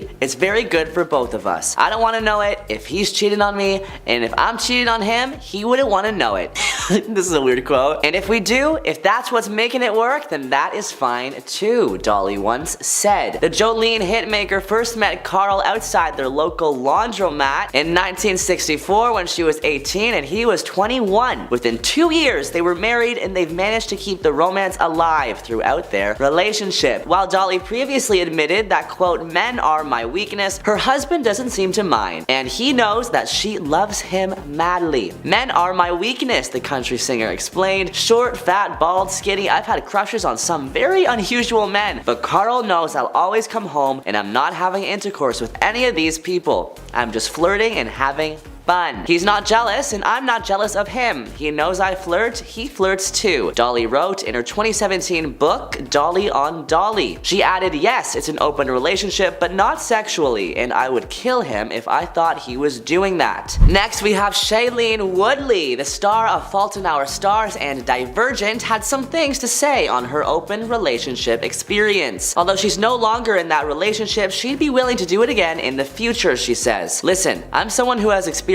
both an open relationship and a deeply monogamous relationship in my life, and I think we are in a day and age where there should be no rules except for the ones designed by 2 people in a partnership, or 3 people, whatever floats your boat. But there has to be a level of responsibility in any relationship dynamic, and that responsibility is simply honesty and communication and trust. Apart from that, it's really none of our business what people choose to do with their lives," Shailene told the New York Times. Next, we have Angelina and Brad Pitt. During the course of Brad Pitt and Angelina's relationship, the couple were rumored to be open to seeing other people. At one point, Angelina said that she didn't believe relationships needed fidelity and that she didn't feel, quote, "chained to Brad. I doubt that fidelity is absolutely essential for a relationship. It's worse to leave your partner and talk badly about him afterwards. Neither Brad nor I have ever claimed that living together means to be chained together. We make sure that we never restrict one another," Angelina said. Next, we have perhaps the most famous open couple in Hollywood, Will and Jada Pinkett Smith. Will and Jada are still married, but they have definitely taken an unconventional approach to it. Jada revealed in an interview with Hoda Kotb for the Today Show that the two have lived separately since 2016, but that they were still married with no plans for a legal divorce. The Red Table talk show host, Jada, even suggested that the separation was essentially a divorce and were no longer romantically together. On the Red Table talk show, Jada says, "We are still trying to figure out between the two of us how to be in a partnership, right?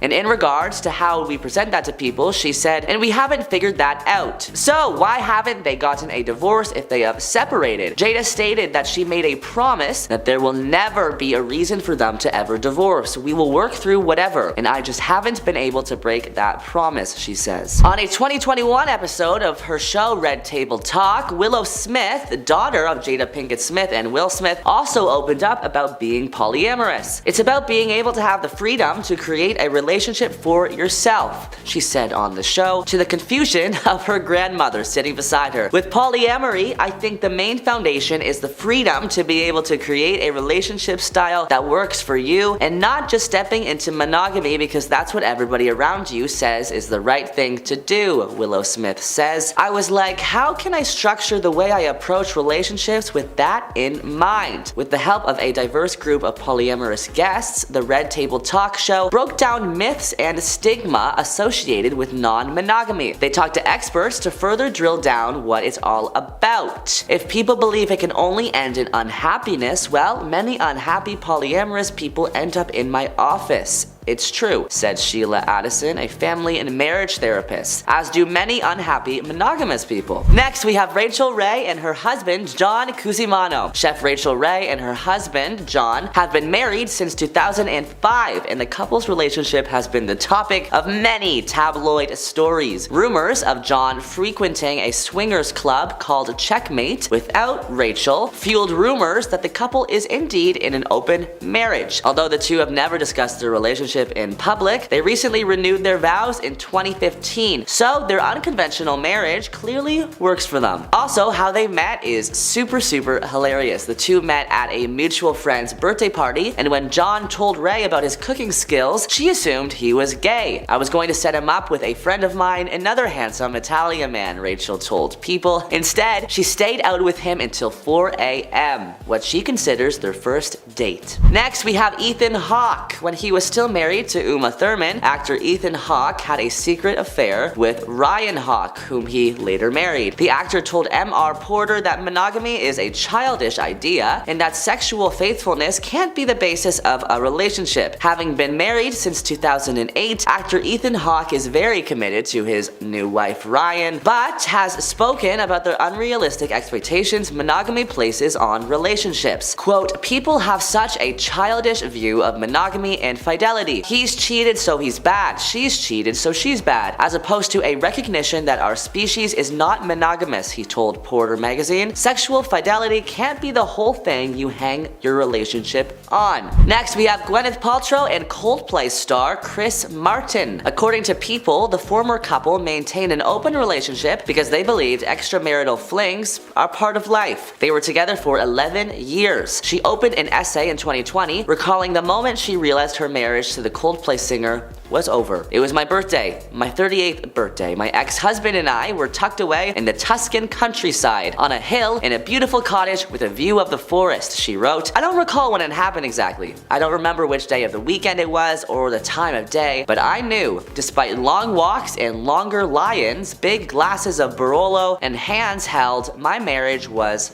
over. Gwyneth also reminisced about arriving upon this feeling of clarity toward her marriage, saying, what I do remember is that it felt almost involuntary, like the ring of a bell that has sounded and cannot be undone. The inadvertent release of a helium balloon into the sky. I tried to quell that, knowing to push it far down. I tried to convince myself it had been a fleeting thought, but marriage is complicated and ebbed and flowed. But I knew it. It was in my bones. Next up, we have Kristen Bell and Dax Shepard. Kristen and Dax have said a few things that have fans believing they've invited another person into their relationship. Actors Dax Shepard and Kristen Bell began dating in late 2007 after having met at a birthday party of a mutual friend. In January 2010, the two stars got engaged, but they delayed their wedding until the state of California passed legislation legalizing same-sex marriage, which happened in 2013. Nowadays, they are one of the industry's most well-known couples, and they have a combined net worth of $40 million. During an appearance on Jimmy Kimmel, Dax Shepard joked about being in a three-way marriage with his wife Kristen Bell and his podcast co-host Monica Podman. Absolutely, we are in a three-way marriage. Podman, who was also a guest on the episode, said, well, we were in a three-way marriage. After that, Kimmel asked whether the three-way marriage is also sexual, to which Podman quickly responded, not yet, and Dax said, unfortunately not. It's all the responsibilities of two wives without the fun. Next up, we have Scarlett Johansson. Back in 2017, Johansson shared in a Playboy interview that monogamy is not the key to a successful relationship. She went on to marry SNL star Colin Jost in 2020. She has previously been married to Ryan Reynolds 2008 to 2011 and Romain Doriac 2014 to 2017. In the Playboy interview, she stated, quote, I don't think it's natural to be a monogamous person. I might be skewered for that, but I think it's work.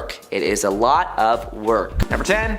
Harry Styles. The Watermelon Sugar singer briefly formed one of the most iconic pop power couples of all time when Taylor revealed that they were an item in 2012. Being dubbed Haylor, the couple met at the Nickelodeon Kids' Choice Awards after Taylor was filmed dancing to Harry's performance with her backstage bestie Selena Gomez. It was confirmed that they were an item when Taylor paid Harry a visit during the X Factor rehearsals ahead of her performance on the show. They were caught getting cozy by onlookers, and they were not shy about the PDA. After going on a trip to the Caribbean together in 2013, they returned having decided to split. There was never any confirmation on why they split, but there also seemed to be no ill will between anyone. At this year's Golden Globes, the two met once again on the red carpet, and there was nothing but joy. Whatever went down back in the day, the fame that came from the hashtag Taylor was well worth it. Number 9. Joe Jonas. Another high-profile, short-lived romance came from Camp Rock star Joe Jonas. The couple started dating under the radar in 2008, but were official that summer. The truth was revealed when Taylor and Joe performed together on stage at a handful of concerts on his Burnin' Up tour. Despite the world being pretty excited to see where the relationship was headed, before it was even Christmas, she was on the Ellen DeGeneres show calling out how Joe broke up with her in a 25-second phone call. Breaking up over the phone is his favorite thing to do. He just did it to Sophie a few weeks ago, so that's nice. Following her appearance on the show, he addressed the situation by half admitting to and half disputing Taylor's claims, even correcting her by saying it was actually a 27-second conversation. Okay. They were forced to perform together on New Year's Eve live on TV that year, noticeably being placed on opposite ends of the stage. There's even a picture from that night where you can see Ryan Seacrest in the background, who understands what's happening because he's just like,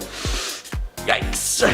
The similarities between his split from Taylor and his split from Sophie Turner may be the reason that these two seem to be bonding more and more as the days go by. Number 8. Travis Kelce. This is the most recent entry to Taylor's library of possible partners. Travis Kelce is a football player for the Kansas City Chiefs, and Taylor was spotted attending one of his games this weekend. Okay, nothing out of the ordinary. But wait! There's more! Taylor was spotted attending the event with his mother! What? That's crazy! Literally sitting arm in arm together the entire night, Taylor was photographed cheering him on from the sidelines, his mother sharing the excitement right along with her. Now, if that is not enough for you, he was later photographed walking out of the stadium with Taylor Swift, and recently she bought out a restaurant just so they could have lunch together. Now, whether they're actually a couple or not is yet to be confirmed, but the huge media coverage brewing from this news and all the photos being taken and all the evidence being gathered, they're dating. They're 100% together now. Number 7. Taylor Lautner. Taylor and Taylor were together briefly in 2009 after meeting on the set of the romantic comedy Valentine's Day. In the film, they played high school sweethearts, something that apparently made its way into their real lives. Following filming, T-Squared began sparking dating rumors. Those rumors were confirmed when they appeared at the Video Music Awards red carpet that year. The same year that Kanye West interrupted Taylor on stage. Not even a cliff-diving werewolf can scare that man. They were a cute couple on paper and in the eyes of the media, which really helped out their careers. 2009 was the same year that Taylor was set to star in Twilight: A New Moon as his iconic character, Jacob, and Taylor was making waves with the release of her album Speak Now coming up in the new year. They both made appearances as the host of Saturday Night Live on separate nights, but referencing each other during their respective monologues. That's so cute. In December of that year, the couple called it quits, with both claiming that the media was making a way bigger deal out of things than they needed to. They became good friends and simply realized that they didn't need to be a couple to enjoy each other's company. Number 6. Jake Gyllenhaal. The brief romance between these two happened years ago, but Swifties remember Jakey all too well. Taylor and Jake first made breaking news in 2010 when they were spotted together in New York City, meeting backstage at Saturday Night Live and getting pretty close. Over the months that followed, sparks started flying between these two, but those sparks went out pretty fast. Less than a year after getting together, the couple called it quits. The split was quick and quiet, not much came from it, but most fans believe that several of her songs on Red, including the song All Too Well, were inspired by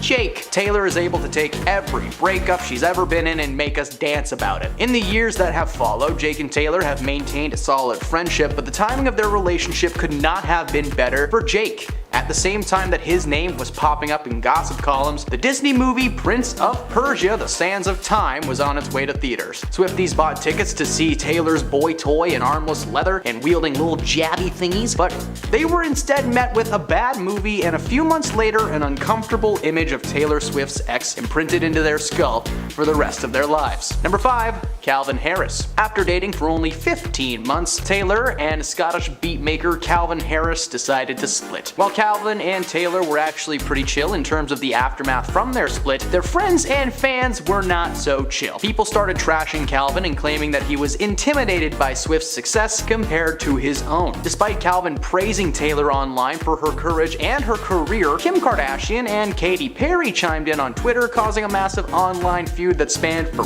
months. Now eventually, while still dealing with the aftermath, she began dating Tom Hiddleston. Since their split, the amount of content they have made based on each other is ridiculous. Many people believe that Calvin's beats were slowly becoming based on his time with Taylor, and obviously vice versa. He later claimed that he was advised not to say her name or say anything directly related to their breakup in any of his songs. So while not a PR stunt, the aftermath put a spotlight on Calvin, and he was added to Taylor's long list of famous boos. Number 4. Matt Healy. The controversial frontman of the 1975 sparked dating rumors when he and Taylor were spotted getting cozy after a concert earlier this year. These two have been friends since 2014, but following Taylor's split from Joey Alwyn, Matty decided to take his shot. The two were in what many people call to be a whirlwind romance, and it just so happened that at the same time these rumors gained traction, Matty was being exposed as an all-around rough person. There's a lot of bad stuff attached to that guy. After only a month of confirmed so-called dating, Taylor announced that she wanted nothing to do with Matty. It became painfully obvious that his on-stage antics and his overall being was just not something that Taylor could vibe with. Arguably, Matty's misdeeds may have gone under the radar had it not been for Taylor. He's been getting away with some pretty shady stuff for a long time and saying some pretty crazy things, but suddenly when he starts dating Taylor Swift, he's public enemy number 1. Good! He deserved every bit of hate that he got. Number 3.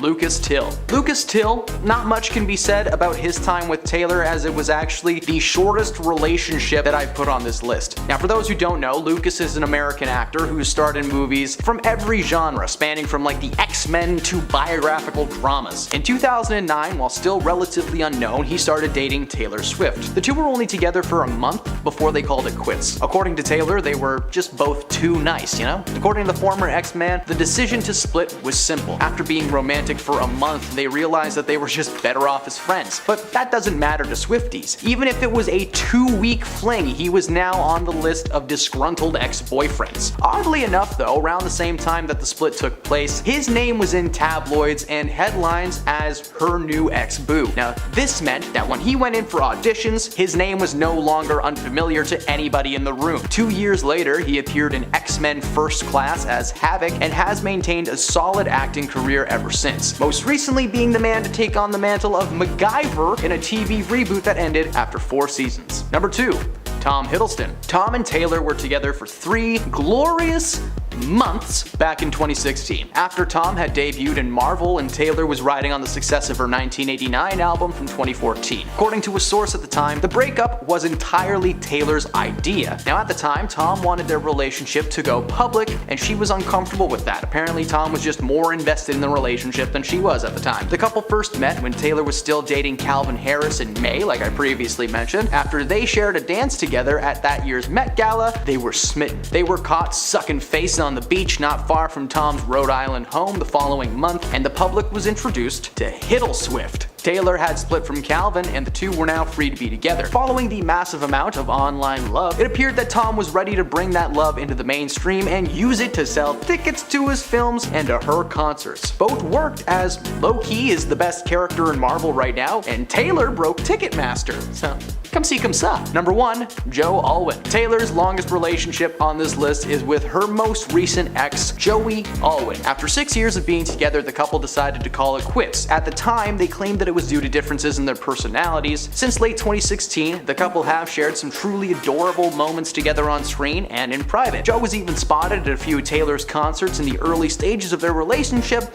just solo, you know, there just showing support. For 6 years, things went smooth. Joe was an actor receiving fairly steady work after his career-making role in Billy Lynn's Long Halftime Walk. Taylor was by his side at every red carpet and vice versa at awards shows and the like. Now they were inseparable, but suddenly in 2020, 2023, after 6 long years, they called it quits. The news came while Taylor was on the road for the start of her Eras tour, a tour that he was never actually spotted at or even invited to. According to an insider close to Taylor, Joe just could not handle the level of fame that she was on. They couldn't just exist in public because Taylor would be surrounded by paparazzi and fans the moment that they stepped out of their house. Since the split, Taylor has been on her Eras tour and has been appearing in the news more and more. Meanwhile, Joe has just kind of been existing on the sidelines, surely being called every name in the book by Swifties around the world. So hope you're okay, buddy. Coming in at number 10 is Taylor Swift and Matt Healy. Taylor Swift and 1975 frontman Matt Healy were taking the media world by storm when they were spotted holding hands and attending each other's concerts early this year. Earlier this year, Taylor ended a 6-year relationship with Joe Alwyn, and she quickly bounced back with the singer who has stirred up a lot of controversy for spouting racial slurs, political rants, and just trashy trash. Following the rumors of their romance, Matty started playing She's American at his concerts and referencing Taylor throughout his gigs. They were confirmed to be in a relationship sometime in May, but less than a month later, they had split for good. Apparently, Taylor finally came to her senses and dropped the menace from her life. Now, hopefully nothing but good things will come from this split, and by good things, I mean a new song. But I mean, hey, we all have crappy rebounds, Taylor. I don't blame ya. Billie Eilish and Jesse Rutherford. When the news first broke of Billie and Jesse getting together, the internet drowned them in negative comments, calling to question why she was dating someone 10 years older than herself. To poke fun at this, the couple dressed up as a baby and an elderly man on their first Halloween together, this type of thing that would become the norm in their lives. The couple were always spotted wearing matching clothes or outlandish outfits, even making their red carpet debut while wearing matching Gucci pajamas at the 11th annual LICMA Art and Film Gala. The couple were also known for their very public displays of affection, PDA, and inside jokes. They seemed very happy together until this past May when the news broke that the pair would be splitting up, claiming to be a mutual decision. Whether the spark just fizzled out or something darker has taken place, Jesse and Billie will be fine and find new people soon. And I'm sure Billie will look back on this relationship with a lot of regret. Number 8. Diddy and Young Miami. The rap star Young Miami confirmed that she and Mr. Sean Combs, aka P. Diddy, are no longer together. The couple went public with their relationship in June of last year, but let everyone know it wasn't exclusive, even though they were together every day of the week, basically living together and letting the internet call it whatever they wanted. To double down on the claim, anytime they've been asked if they are official, they must list the people they've been with outside of each other, like they're all alibis in court or something. This past year, the world was shocked when Sean welcomed his 7th child into the world with a woman named Dana Tran. While the pair had decided to keep things private, apparently this was not part of the deal, and Miami has made it clear that Sean is no longer her man in any way, shape, or form. So while Sean is stuck raising another baby, Miami will be sipping poolside surrounded by her lovers. Number 7. Avril Lavigne and Tyga. Yes, they dated, and I know what you're thinking, what a strange pair, and I agree. The Skater Boy singer was dating fellow musician Tyga since being spotted together at a Paris fashion show in March. She had just broken up with her boo Mod Sun, and as many do, she decided to jet off to France to seek comfort. Tyga was also in a similar boat, having split with his ex Blac Chyna and seeking a similar peace of mind in the fashion world. Their relationship was heavily publicized by themselves, as they were constantly posting pictures and videos of themselves cuddling together and getting close. Recently, the couple decided to call it quits, but are apparently still friends and talk behind the scenes. Tyga even gifted Avril with an $80,000 necklace earlier this year. No reason in particular, just did it. This man loved her no matter how much it cost. But I mean, hey, it's nice to know that they will no longer be jamming their wealth and PDA down our throats. Number 6. Camila Cabello and Shawn Mendes. Shawn and Camila were actually together a few years ago, but they ultimately split in 2019. However, thanks to the human brain being the joy that it is, they couldn't stop thinking about each other and got back together earlier this year. Splitting and getting back together is one thing, but the public way they've done it is so in our faces. They collaborated together to make music to be like, hey look, we're here again, only for news to break that they have split again. These two are so flippy floppy, they might as well be pancakes. Shawn claims the split this time around was due to his need to mature more in his life and that he was unable to do that with Camila around. The latest reports say they're both single, but Camila has been busy and it looks like she'll be the first one back on her feet. Will they probably get back together though?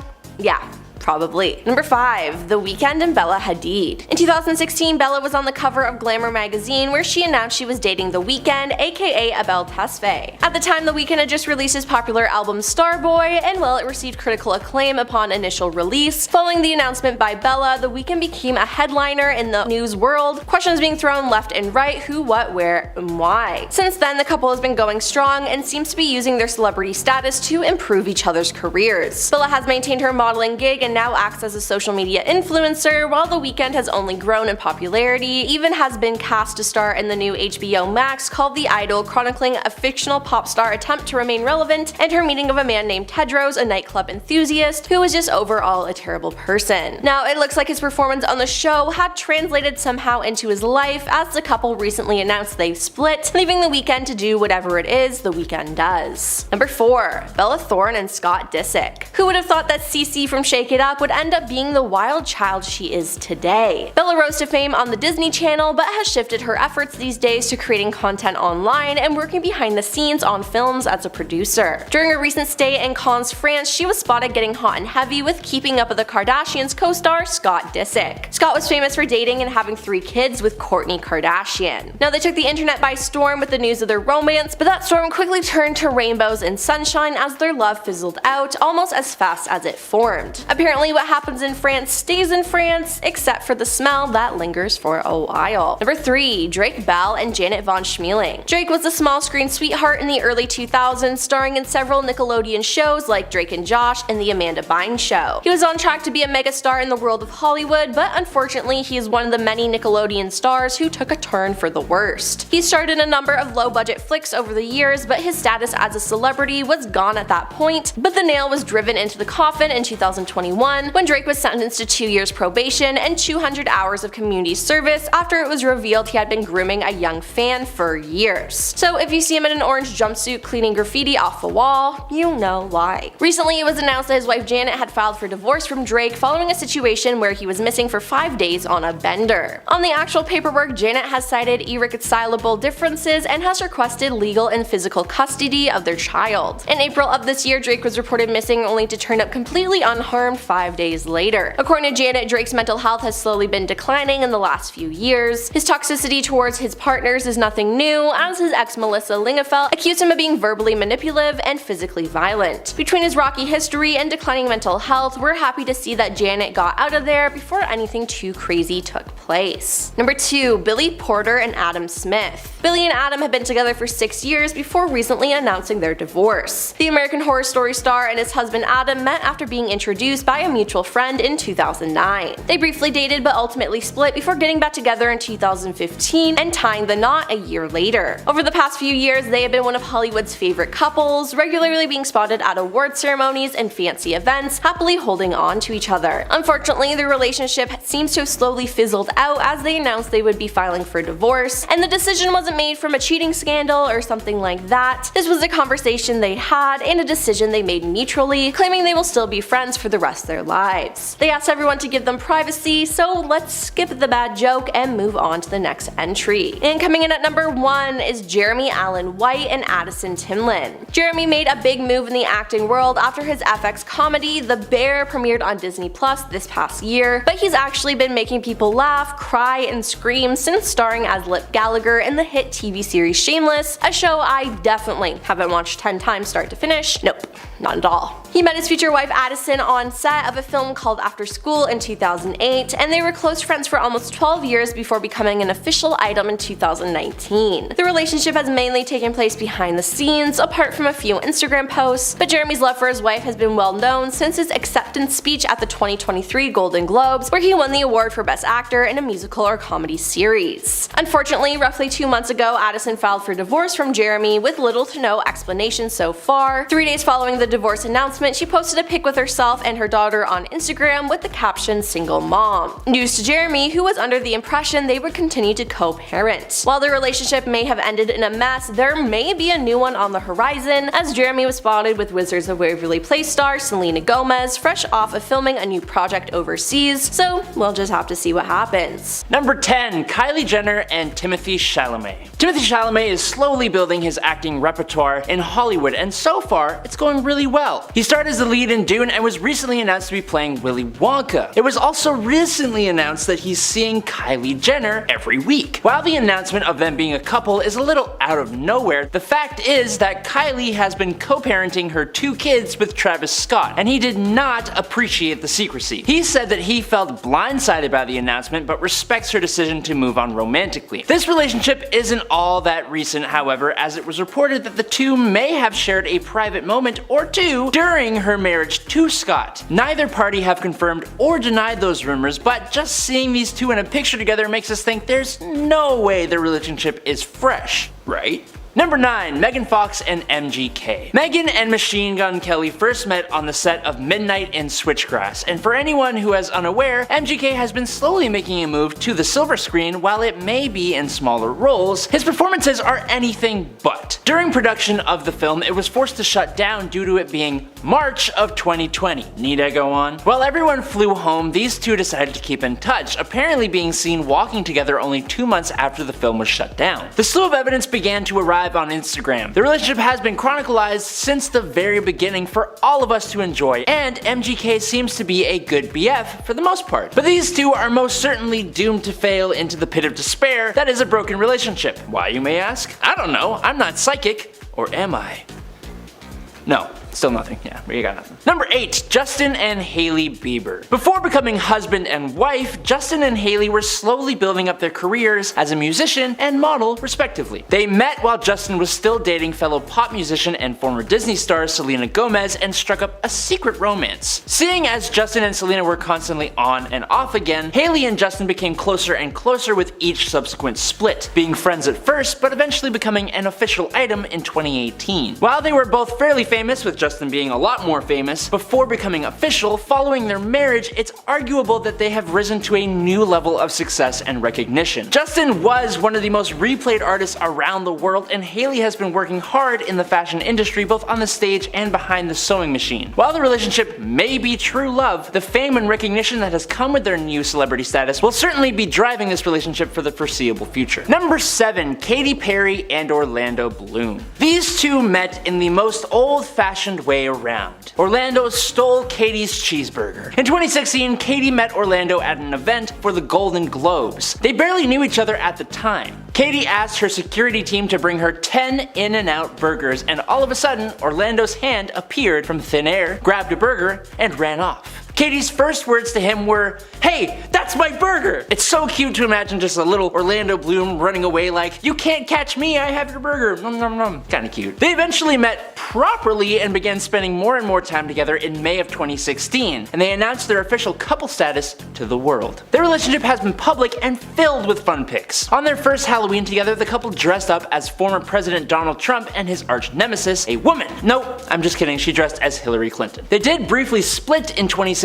but were brought back together after only a year apart. Since getting engaged in 2019, their combined net worth between Katy Perry's success as a musician and Orlando's stellar career on the silver screen, the couple share a roughly $300 million account. That's a lot of clams. Currently, Katy's place in the eyes of the media is that of a villain, following the reveal of her true nature on American Idol. She roasted a mom on the show, and it was harsh. We shall see if the relationship will hold up now that Katy's not getting those Idol checks every month, but I think it will. Number 6. The Weeknd and Bella Hadid.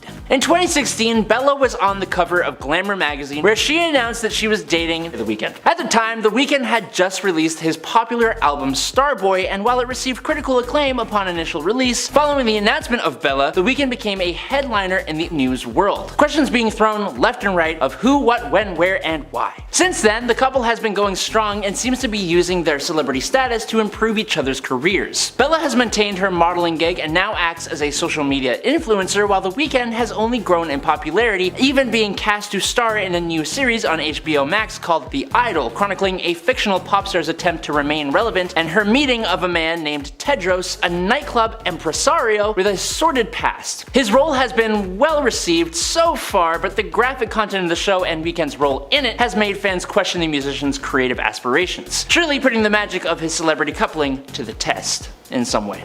I'm sure. Number 5, Kim Kardashian and Tom Brady. For those unaware, the NFL quarterback Mr. Tom Brady recently split with his longtime partner Gisele Bündchen, making him single and ready to mingle. Since her split from ex-Kanye West, Kim Kardashian hasn't been able to find the right fit for her future man, not without trying of course. In fact, the last gossip is that Kimmy and Tommy are secretly an item. The rumors began circulating after they were spotted attending a mutual friend's party in the Hamptons. The annual white party, which really needs a different name, was the C and B scene event of the year. Kim and Tom were seen being very flirty with each other throughout the night. The next day they were seen spending time together one-on-one at the beach, dipping and diving. They were also spotted dancing at a Hamptons nightclub that same day. Now they haven't confirmed or denied the rumors, probably enjoying the secrecy, adding a little mystery to their love life. While these two may be having some secret fun right now, Kim's track record suggests that Tom will be kicked to the curb like a football towards the U post thingy. I don't know, I watch the Super Bowl for the movie trailers usually, so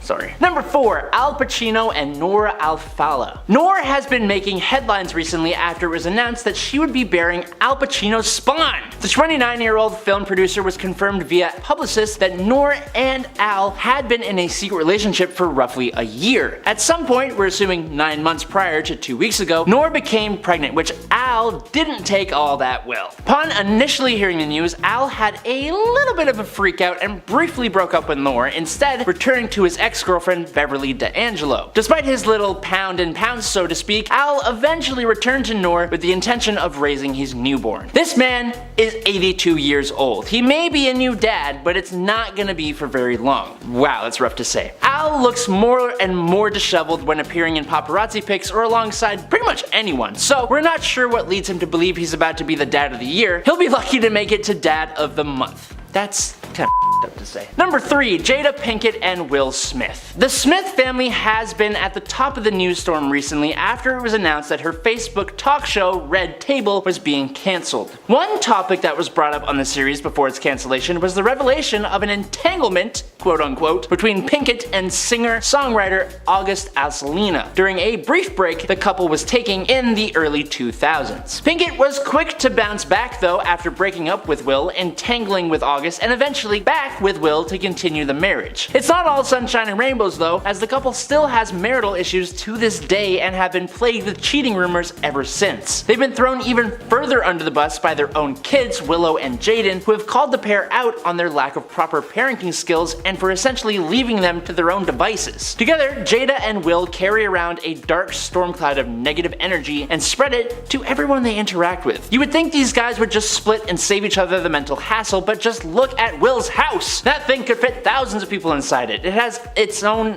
everything. Them splitting up would mean losing their fancy house, and we wouldn't want that, would we? But what I will say is that I think it's great that they're actually trying. That's nice. That's good. Number 2, Camila Cabello and Shawn Mendes. Shawn and Camila were actually together a few years ago before they ultimately split in 2019. However, thanks to the human brain being the joy that it is, they couldn't stop thinking about each other and got back together earlier this year. Splitting and getting back together is one thing, but the public way they've done it is so in our faces. They collaborated together to make music to be like, hey look, we're here again. These two are so flippy floppy they might as well be pancakes, and now the world is forced to watch them kiss and cuddle with their tongues out over and over again when we know they are moments away from possibly ending the relationship altogether. Number 1, Taylor Swift and whoever is next. Sorry. Taking the top spot on our list is Taylor Swift, the queen of pop, who seems to be growing stronger and stronger with pretty much every breakup. She dated everyone from Tom Hiddleston to Maddie Healy with mixed results. As I said, with each man that leaves her life, a new hit single or popular album seems to appear from thin air. Recently, the news broke that she was no longer seeing Mr. Healy, the frontman of the popular band The 1975, after only a month of being an item. The last guy she was with took 6 years to get the goods out of. Whoever ends up being next on her list will surely suffer the wrath of Taylor. Will they be fast and furious like Maddie, or slow and steady like Joe Alwyn? Or will it just work out for the girl for once? I don't know. Number 10, The Weeknd and Bella Hadid. In 2016, Bella was on the cover of Glamour magazine, where she announced that she was dating Abel Tesfaye, the artist behind the moniker The Weeknd. And I'm almost positive that's not how you pronounce it, but oh well, I've butchered easier names in my day. At the time, The Weeknd had just released his popular album Starboy, and while it received critical acclaim upon initial release, following the announcement of Bella and The Weeknd's relationship became a headliner in the online news world. Questions being thrown left and right though. Who, what, when, where, how did these guys get together? Since then, the couple has been going strong and they seem to be using their celebrity status to improve each other's careers. You see, Bella has maintained her modeling gig and now acts as a social media influencer, while The Weeknd has only grown in popularity, even being cast to star in a new series on HBO Max called The Idol, chronicling a fictional pop star's attempt to remain relevant and a woman meeting the man named Tedros, a nightclub enthusiast with a sordid past. His role has been well received so far, but the graphic content of the show and The Weeknd's role in it has made fans question the musician's creative aspirations, surely putting the magic of his celebrity coupling to the test, but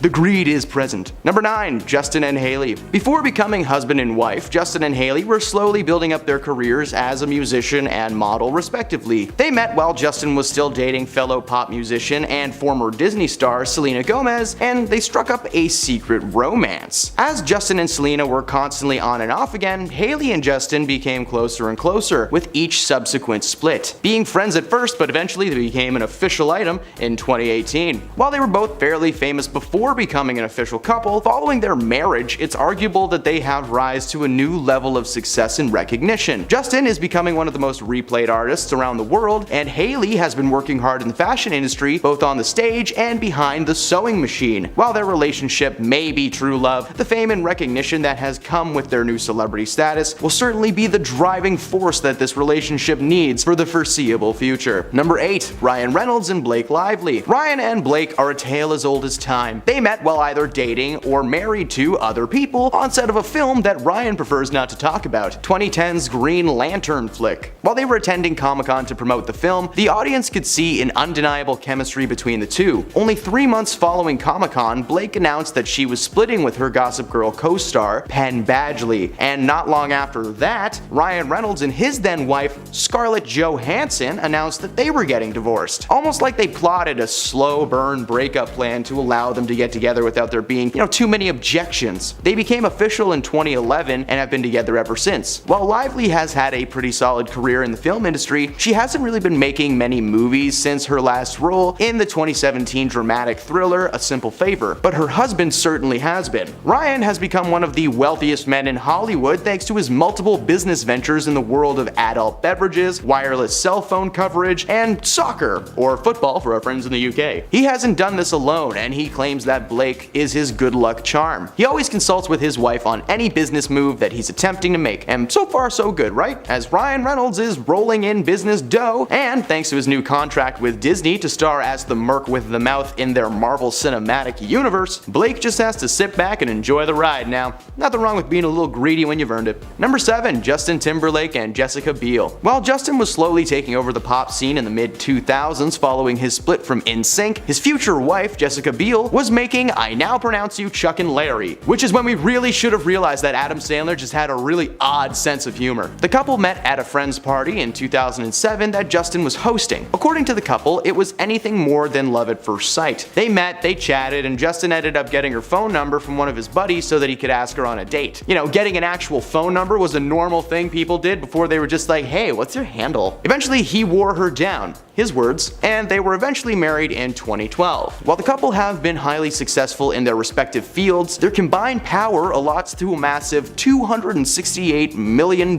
net worth. Between Justin's music and Jessica's acting gigs, the couple have created a perfect little nest egg for themselves that will surely keep their relationship going for a very long time. Number 6. Katy Perry and Orlando Bloom. These two met in the most old-fashioned way around.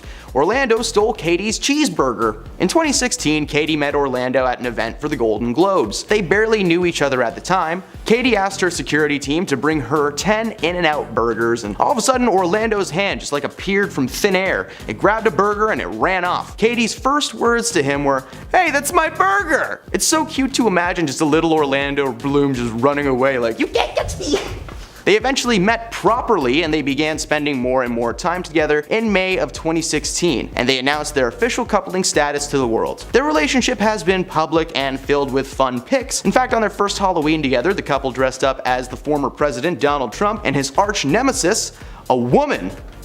No, I'm just kidding, it was Hillary Clinton. They did briefly split in 2017, but were brought back together after only a year apart. Since getting engaged in 2019, their combined net worth between Katy Perry's success as a musician and Orlando's stellar career on the silver screen, the couple share roughly $300 million together, and that's a lot of clams. Currently, Katy's place in the eyes of the media is that of a villain, following the reveal of her true nature on American Idol. She roasted a mom on the show and it was harsh, and we'll just see if the relationship will hold up now that Katy's not getting those Idol checks every month. Number 5. Pete Davidson and Kim Kardashian. Pete and Kim met one night in 2020 on the set of Saturday Night Live, a weekly sketch series on NBC that's been around since the early 1970s. The two played Jasmine and Aladdin in a sketch parodying the scene from the original animated film featuring the song A Whole New World. They had water and fake bird poop thrown at them. It wasn't a great sketch, okay? But I have to admit, it was pretty funny to watch Kim Kardashian try to make it to the end of that scene without passing out from laughter. Following the episode, the two had apparently begun seeing each other on the down low. The reason being, well, Kim was still married to the madman of Twitter, Kanye West, at the time. West had apparently speculated that the relationship was taking place as it came around the same time that he was being cancelled in the mainstream for some nasty tweets and views that he shared online. It seems that this relationship was one bred from a place of greed, however, as following the official divorce from Kanye, Kim and Pete actually split up, claiming that it had just fizzled out. But the reality was that Kim was using Pete as a way to push Kanye over the edge and just accept the divorce. When she was done with him, she tossed him aside and has moved on to the next guy. Don't feel bad though. Pete Davidson, he moved on right away, somehow encapsulating the energy of his sketch character Chad and just being like, oh hey Emily.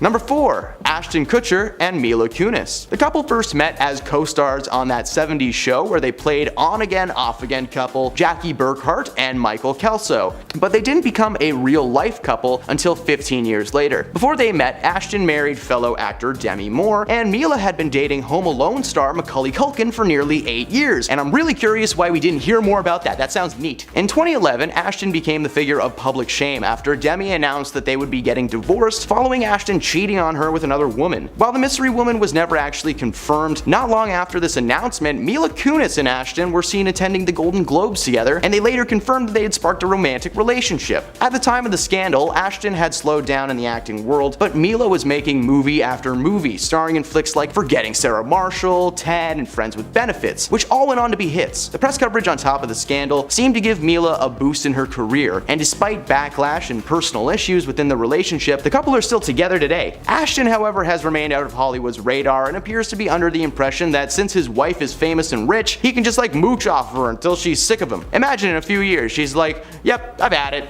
and a camera crew bursts in, throws Ashton a trucker hat, and he's like, you just got punked! Number 3. Tom Brady and Gisele Bündchen. For those unfamiliar to the football world, Tom Brady is considered to be one of the greatest quarterbacks in the history of the NFL, particularly during his time with the New England Patriots. His wife Gisele is also considered to be at the top of her field. She's a world-famous supermodel. When these two are next to each other, it's like the jock and the pretty girl from back in the day got together and they did not age. Like, it's weird. They met through a mutual friend in 2006 and quickly hit it off. He proposed after 3 years of being together, and they've been happily married since 2009. Now, let's talk dollar signs for a minute. During his time in the NFL, Brady accumulated a massive $180 million in net worth, which is pretty good, while his partner Gisele has a net worth of $360 million. Tom literally put his body in harm's way in the hopes that he might win a trophy, and all she had to do was fly to Italy and pose on a yacht. Man, maybe Tom should dabble in the modeling world, that'd be fun. The relationship, initially driven by fame and fortune, unfortunately dissipated earlier this year when the couple split and filed for divorce. Coincidentally, around the same time, he started talking about not playing football anymore. Yeah, coincidence. Number 2, Emma Stone and Andrew Garfield. Andrew and Emma were the power couple of the early 2010s after starring as Pete and MJ in Sony's reboot of the Spider-Man franchise, The Amazing Spider-Man, in 2012. The film only spawned one sequel before Disney swooped in to buy the rights to Spidey right out from under their noses. During the 4 years that they were playing the characters, though, Emma and Andrew became a real-life couple and were appearing regularly in the public eye, like out on dates, having vacations, and of course being on set together. But that's what they wanted us to see. Emma and Andrew were another one of those couples that played on-screen lovers and they just so happened to like each other in real life. 9 times out of 10 those relationships have PR written all over them. Coincidentally, only a few short months following the announcement that the third movie would be cancelled to allow Tom Holland the chance to don the suit for the MCU, not to mention, spoiler alert, Emma Stone's character dies at the end of Spider-Man 2, meaning she wouldn't have been involved in a third movie in the first place unless it was just like a bunch of flashbacks to better times, you know? 2012. Nobody misses you. And at number 1, Jada Pinkett Smith and Will Smith. The Smith family have been at the top of the news storm recently after it was announced that Jada's talk show Red Table was going to be cancelled. One topic that was brought up on the series before its cancellation, though, was the revelation of an entanglement between Pinkett and singer-songwriter August Alsina during like a brief breakup the couple was taking during the early 2000s. Pinkett was quick to bounce back though, after breaking it up with Will, entangling with August, and eventually getting back with Will to continue the marriage. It's not all sunshines and rainbows with these guys though, as the couple still has marital issues to this day and have been plagued with cheating rumors ever since. They've been thrown even further under the bus by their own kids, Willow and Jaden, who called the pair out for their lack of proper parenting skills and for essentially leaving them to their own devices. Together, Jada and Will carry around a dark storm cloud of negative energy and spread it to everyone they interact with. You would think these guys would just split and save each other the mental hassle, but just look at Will's house, man. That thing could fit thousands of people inside of it. It has its own everything. If these two split up, it would mean losing their fancy house, and, oh, we wouldn't want that, would we? Would we? Would we, Los Angeles? Would we, Los Angeles real estate department? Would we? Starting off, we have Taylor Swift and Travis Kelce. Now, fans were eager to see if the new It couple would make their debut at the Met Gala together, but unfortunately, those fans will be left disappointed. I know I sure am. Sources with direct knowledge told TMZ that the Grammy winner and NFL superstar were each issued individual invitations to the Met Gala, but both have RSVP'd no. Now, Taylor has a pretty good reason for skipping the event, which takes place on May 6th, because that's the same week she gets back on the road for her Eras tour with a stop in Paris on May 9th. Now, it's unclear why Travis declined the invitation, but it's fair to assume that he's missing it because Taylor won't be there. Or even better, because he'll be with her on tour. Hey, there'll always be other Met Galas, but the Eras Tour is a once-in-a-lifetime event, so I don't blame Travis for not going at all. Now hopefully they'll be able to attend the event next year together though. Next up is Gwyneth Paltrow. In an interview with USA Today, Gwyneth Paltrow condemned the Met Gala as being so unfun, saying that she was never going again after not being able to walk the red carpet alongside her then husband, Chris Martin. In 2013, she said, "It sucked. It seems like it's going to be the best thing in the world. You always think, oh my god, it's gonna be so glamorous and amazing, and you're going to see all these people, and then you get there and it's so hot and it's so crowded and everyone's pushing you." However, it seemed that she had a change of heart and later attended the event in 2017 and again in 2019 and 2022. But she was absent from the event in 2023 and it appears that she won't make it this year either, but hey, I don't blame her. Then there's Tina Fey. Despite managing to score an invite to the 2010 Met Gala, comedian Tina Fey thinks she won't be getting another one. In an interview with David Letterman, Tina called the event a jerk parade and told Letterman that he wasn't missing out on anything special. "Every jerk from every walk of life is there wearing like some stupid thing," she said, adding that her husband, Jeff Richmond, wasn't a fan. "Clearly, I'll never go again," she added. "You walk up these huge steps, and I went and I dragged my husband along with me too, which I'm still in trouble for." Now, she continued telling Letterman stories from the event, including how she ended up hanging out with Barbara Walters. But yeah, in theory it sounds fun, but actually being there, I don't know. Then we have Zayn Malik. Former One Direction member Zayn Malik only attended the Met Gala once, but according to him, once was definitely enough. Now, he walked the carpet in 2016 with his then girlfriend Gigi Hadid, though he didn't have a good time. In an interview with GQ, Zayn described the event as self-indulgent. The Met Gala is not necessarily anything that I ever knew about or was about, but my former stylist would say to me, this is really good for you to do. And no matter how strong you are mentally, you can always be swayed to do certain things. He continued, now it's not something I would go to. I'd rather be sitting at my house doing something productive than dressing up in really expensive clothes and being photographed on a red carpet. Now, fans also believe that he may have been banned from the gala due to the disparaging comments that he made, according to Cosmopolitan. But honestly, I don't think he cares, as I don't think he would ever go again anyway. Now let's talk about Demi Lovato. Demi Lovato attended the Met Gala in 2016 for the first and last time. In an interview with Billboard, Demi said that they had a terrible experience after attending the gala while trying to remain sober. I remember being so uncomfortable that I wanted to drink, Demi recalled, saying that they eventually left the event and attended an Alcoholics Anonymous meeting instead. I changed my clothes but still had my diamonds on, millions of dollars of diamonds on in an AA meeting. And I related more to the homeless people in that meeting who struggled with the same struggles that I deal with than the people at the Met Gala. Yeah, that does not sound like a good experience, and I don't blame them for not wanting to attend again. Now, Demi also called out a certain celebrity who had been awful to be around, saying, this one celebrity was a complete B and was miserable to be around.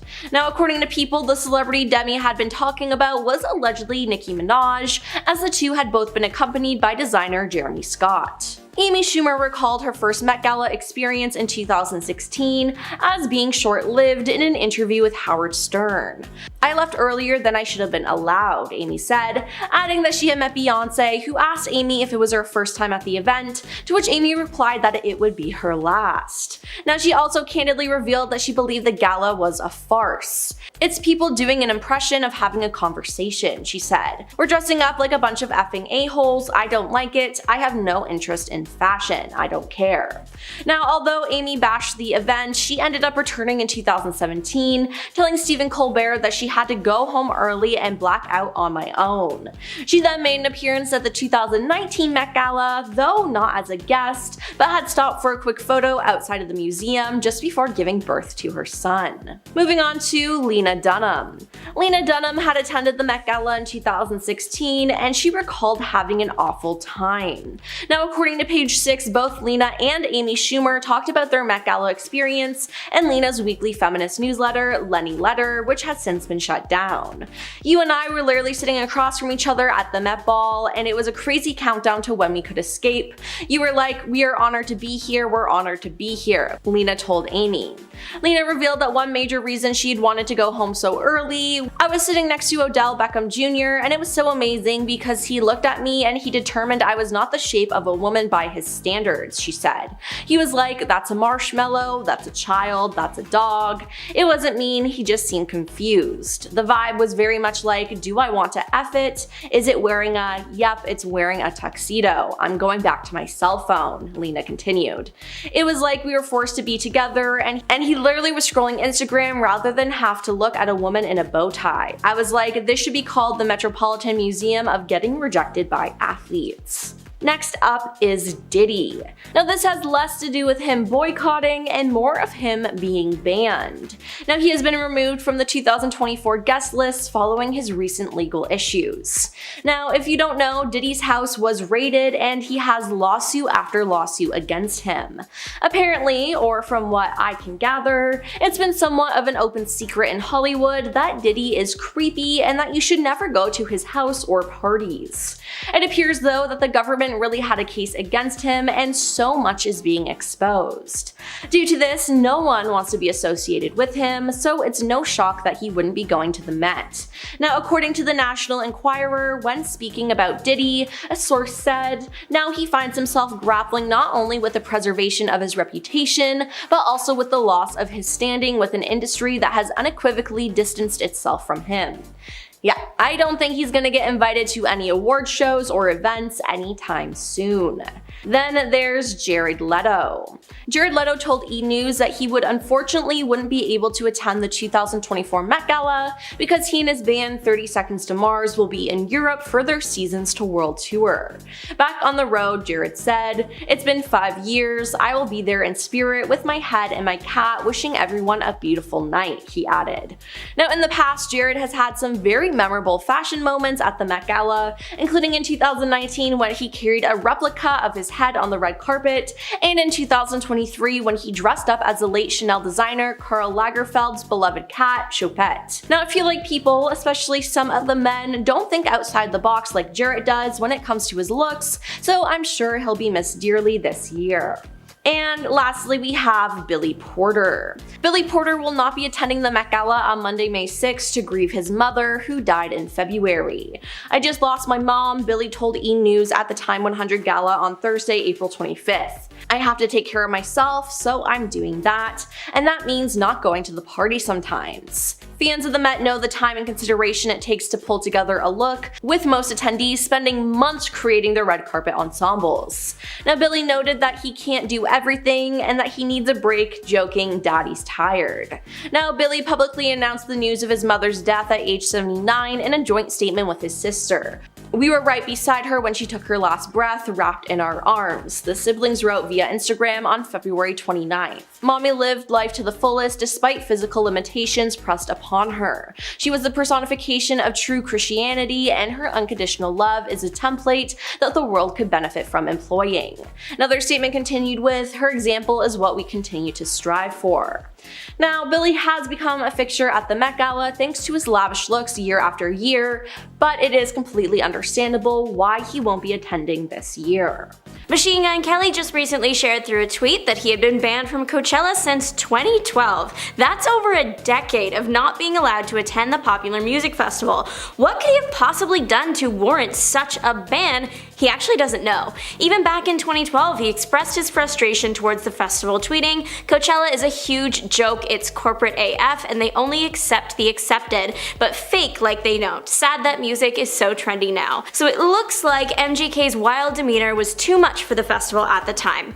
Coachella may have also been worried about people's safety at the event. MGK is known for riling up his fanbase and generally causing chaos. The incident that could have triggered this decade-long ban may have been a 2011 mall flash mob. In 2011, MGK's Twitter following was around 70,000 people, and he tweeted out to all of them where he would be the next day. He tweeted, "I'm thinking about doing a flash mob at a mall or something tomorrow, LOL Cleveland, should we do one while I'm home?" Following that up with the specific time and the location. Sure enough, hundreds of fans flooded the mall to rage hard with the performer. While it sounds fun, it was also an incredibly dangerous situation. MGK, as part of his plan, encouraged fans to run towards the food court table he would be at once they were there. There were more people there than the mall was able to handle, and imagine a large crowd running at such a small location at once. It was a pretty dangerous situation. MGK was arrested at this event and put in a holding cell. While we have no idea if this was the exact event that caused the ban, it's the most plausible answer. Coachella is known for large crowds of people who might not always be in a conscious state of mind. Having a performer that might call for people to start running to the stage or just generally causing chaos might have caused potential safety risks the festival just wasn't willing to take. MGK was excited to finally be allowed to attend this year. However, as fate would have it, he had to miss again for his daughter's sports tournament. Family comes first, and hey, what's one more year? Travis Scott is actually another example of a performer causing crowd chaos and then getting banned from the music festival. After the Astroworld tragedy of 2021, Travis Scott was removed from the Coachella lineup. The Astroworld tragedy was a crowd crush situation, and while Scott did not have a direct connection to causing the tragedy, of course, he did continue to encourage the crowd to party even after an ambulance went through the crowd. This was enough for Coachella to remove him from their 2022 lineup. If all this wasn't bad enough, people generally consider Travis Scott's apology video about Astroworld to be embarrassing. Many slam the performer for not appearing sincere enough. What is very kind of Scott is that he did offer to pay the funeral costs for the families affected by the tragedy, though many did turn the offer down. Tommy Lee's band, is it epic or embarrassing? Let me know what you think after listening. Tommy Lee, drummer for Motley Crue and former husband of Pamela Anderson, he was banned from Coachella from pretty much 2011 onward. The reason? Arriving to the music festival in a helicopter, something that is apparently very much not allowed. He touched down alongside Canadian DJ and producer Deadmau5, spelled Dead M-A-U-5. That means both of these guys are banned from Coachella for the foreseeable future, at least as performers. The helicopter isn't even the full story for these two. Apparently, in addition to the helicopter, there was a minivan on the scene that burst into flames, and also knives from somewhere. Just a lot of dangerous things rolled up into one chaotic scene. This was all revealed in a video posted to Mouse's YouTube in a series where he takes famous friends for coffee and they talk about their lives and share fun stories. About the Coachella ban, Lee and Mouse also joke that maybe the person that got them banned or had a hand in making it happen was a Coachella promoter, and that the promoter hated them after it and maybe even before it. Towards the end of the pair discussing this topic, it was declared that Motley Crue would never play Coachella. Here's the thing, Australian singer Conrad Swell was banned from Coachella and he doesn't know exactly why it happened. What makes the situation embarrassing is he got banned pretty much right after meeting his celebrity crush, like right after. In 2016, Swell was at Coachella not as a performer but just there for the vibe, to enjoy some good music. While he was there, he spotted his celebrity crush from when he was a teenager. Mishka Barton, known for her role as Marissa Cooper on The OC. Swell had actually written a song for Barton when he was younger, featuring lyrics like, "I wanna hold your hand because I'm your biggest fan." Barton did end up hearing the song a little while later and thought it was cute, but back to Coachella. Swell, while in a radio interview, showed the picture he took with Barton in 2016 to the hosts of the interview before saying, "That was when I got banned from Coachella for the first time ever." It suggested that he was removed from the event that year shortly after the photo was taken. The radio host was quick to press for details, but all Conrad Swell would give is, "That's a different story." Can't imagine meeting your celebrity crush and then immediately getting removed from the premises. I don't know, that's embarrassing to me. Swell wasn't gone for long though. His ban seemed to only be for a couple years. He returned to play the festival in 2018 as part of the set for Kygo, a Norwegian DJ. In 2018, Marilyn Manson confirmed using a tweet that he had previously been banned from the popular music festival. Manson tweeted, "I never thought I would play at a festival I was banned from, but I was invited to join the stage with X Japan. You don't want to miss this one." It hasn't been released what the exact reason for the ban was, but Manson as a person is incredibly controversial, having said racially inappropriate things, acting in an inappropriate manner towards those that he works with and works for him, and his ties to satanic practices. The festival might not have banned him for one specific story, but banned him overall as a precaution. Kate Bush might not have been placed on an official ban list, but the festival had allegedly said she would be too weird to play the festival, and that is almost the same as permanently banning her.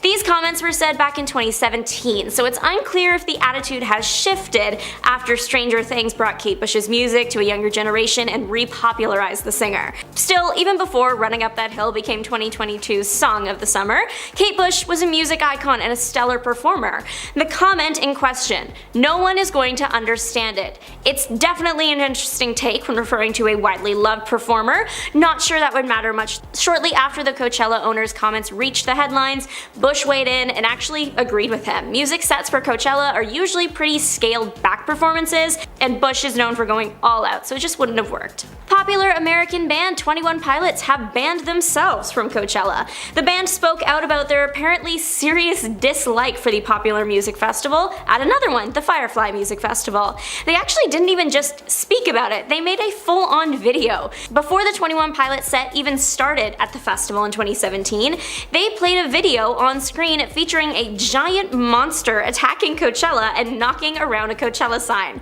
If that wasn't clear enough for you though, lead singer Tyler Joseph does a whole speech clarifying that it's not that they don't like Coachella, it's just that they can't stand it. They prefer the Firefly Festival where they were performing, if you were wondering. This very public rant is probably the reason why 21 Pilots and Coachella won't mix. The festival probably never will ask now, and even if they did, the band would never say yes. Alex Turner, lead singer for the Arctic Monkeys, and Miles Kane, solo artist and part of the Last Shadow Puppets, shared the stage and a kiss at Coachella 2016, something the festival was not too fond of, it seems. Apparently, while the kiss happened, the camera was quick to pan away, something that doesn't usually happen with a kiss between a heterosexual couple. Take Madonna and Drake from 2015, for example. This is less embarrassing for Alex and Miles and more embarrassing on the festival's part. A clip from the performance went viral on TikTok last year, garnering thousands of comments. Some social media users pointed out some reasons for the lack of camera coverage. One claimed that it might have something to do with one of Coachella's owners donating to anti-LGBTQ+ legislation, another pointing out the same treatment is given to other LGBTQ+ bands like Boy Genius. Though it's not been confirmed if the pair were actually banned or just stayed away by their own decision, it's a suspicious situation. Sly Stone's embarrassing set from 2010 has gone down in Coachella history. Even before he set foot on the stage, it was a mess. Stone was apparently supposed to start his performance at 7 p.m. but then wasn't ready maybe? There were even rumors that he wasn't there. The act that was supposed to go on after him ended up going before, and it was announced that Stone wouldn't go on until 10:45 p.m. Sounds like he was also late for that one, and even when he finally got there at around 11 and started his performance, it wasn't amazing. One person who attended later wrote on their blog that the performance was sad. According to attendees, Stone was not acting the way he normally did. He was stopping songs in the middle and going on lots of rants, famously ranting about his manager, Jerry Goldstein, later being sued for the rant that he made. Jerry claimed that Sly implied that he was a thief. In one of his many speeches, he did outright say that, so it's a fair. The LA Weekly also reported on the show, writing, Sly would sing a few bars of the classics, but he'd soon stop and start asking what time it was and how long he had to stay on stage to get paid. He also shared with the audience some of his current legal troubles at length and berated his band. Overall, it doesn't sound fun for anyone involved, and it's unlikely Sly will ever be a major performer at Coachella ever again. The it couple of Hollywood, Timothée Chalamet and Kylie Jenner, are no stranger to controversy, being accused of various things over the years, like transmitting diseases or faking documents. It's truly a wild ride trying to keep up with the two A-listers. Kylie Jenner is no stranger to the luxuries of life, like private planes. Stars do sometimes need access to private flights for security reasons, but social media was up in arms in July of 2022 after the reality TV star took a 17-minute flight. The star took her private jet a couple cities over, and people online calculated that the flight could have been a 45-minute car ride. I personally don't get the short private jet flights, just because after driving to the airport, getting on the flight, taking off, touching down, getting off, driving from the airport, wouldn't that all exceed 45 minutes? You can tell I've never been on a private plane. Other social media users were quick to point out just how much carbon would have been released from the short flight, about a quarter of the average person's annual carbon footprint, or 1 ton. The 45-minute car ride would have had a significantly lower impact on the environment. This isn't even the worst flight Jenner has reportedly taken. In June, she had taken a flight that was just 9 minutes. Social media users have called out the star for this behavior, some calling her a climate criminal. July of 2020 revealed that the makeup millionaire Kylie Jenner is accused of being a bad tipper. A video shared to TikTok by a former Manhattan restaurant hostess details her opinions on different A-listers she met while working at the restaurant. The video features names like Hailey Bieber and the Hadid sisters, both talked about in positive light. Jenner, unfortunately, did not receive the same treatment. The hostess clarified that the reality TV star's behavior wasn't an issue, saying that she was fine. It was the bill at the end. The former hostess claimed that Jenner tipped $20 on a $500 bill. The former hostess ended her bit about Jenner saying, "Do with that what you will," and rated the star as a 2 out of 10 guest. This did cause some controversy online, some people agreeing that Kylie should have tipped more, around 20% instead of 4%. That would have been about a $100 tip. Others are saying that maybe the service wasn't great and $20 isn't that bad. Let me know your thoughts on the situation in the comments. Timothée Chalamet's fan base had a meltdown after videos of him smoking at the Beyonce concert he attended with Kylie went viral. The elusive Hollywood couple makes few public appearances together, so all eyes were on them at Beyonce's September 4th concert last year. Most of what was seen was just kisses and cuddles, but one particular Timothée action had fans clutching their pearls, but for good reason though. Timothée is seen in a video from the event smoking. This does break the rules of the venue, and fans were not happy about that. Timothée Chalamet smoking is not necessarily the biggest surprise. There are photos of him doing it before. Lots of people in Hollywood do it, but smoking inside inside the stadium is definitely not very nice to those around him. This next point is like whiplash. Kylie is known for being active on social media, posting on her Instagram story frequently. For such a major star, usually posts are like planned to complement each other, but in this case, the two could not have been more different. Back in the very beginning of 2020, Jenner took to her Instagram story to raise awareness for what was happening in Australia at the time with all the devastating fires. Particularly, Jenner's Instagram story post was about the large amount of animals that had passed due to the fires and how sad that was and how people could help. It was a great message, exactly the thing to do to raise awareness. However, shortly after posting this message, Jenner posted photos of her new slippers to her story. Her new mink fur slippers, real fur. Fans thought this was an incredibly inappropriate thing to post, wearing fur right after making a big post about saving the animals in Australia. Many social media users were quick to weigh in on the controversy, one writing, "Kylie posting a story about the AU fires, then a story of her mink LV slippers is my favorite new definition of tone deaf. The slipper slip up wasn't a good look." Maybe the most hilarious of the secrets on this list would have to be the Timothée Chalamet spreading chlamydia around the NYU campus. It's not true, apparently. The reason this rumor even started is just as wild as the rumor itself. Allegedly, according to fans online, the rumor started from a fanfiction. This happened in a fanfiction, I guess, and everyone just started taking it as fact. Not to say that there is no truth to the rumor. I personally don't know him, so I can't tell you exactly what he got up to in college. Kylie's lip kits and her plastic surgery caused some ruffled feathers when it was first revealed the star received the procedures. Kylie getting exposed for receiving plastic surgery isn't necessarily that bad. She is absolutely allowed to do whatever she wants to her body, it is hers. What people had a problem with is that she was using it to sell her lip kit products. Most of the marketing for her famous lip kits was about how it would make your lips look bigger, just like Kylie's, that all you needed for the plump lip look was a Kylie Jenner lip kit. Only that wasn't true at all, even for Kylie. Her famous pout was achieved not just through makeup, but also plastic surgery. Many said this marketing was creating unrealistic expectations and was contributing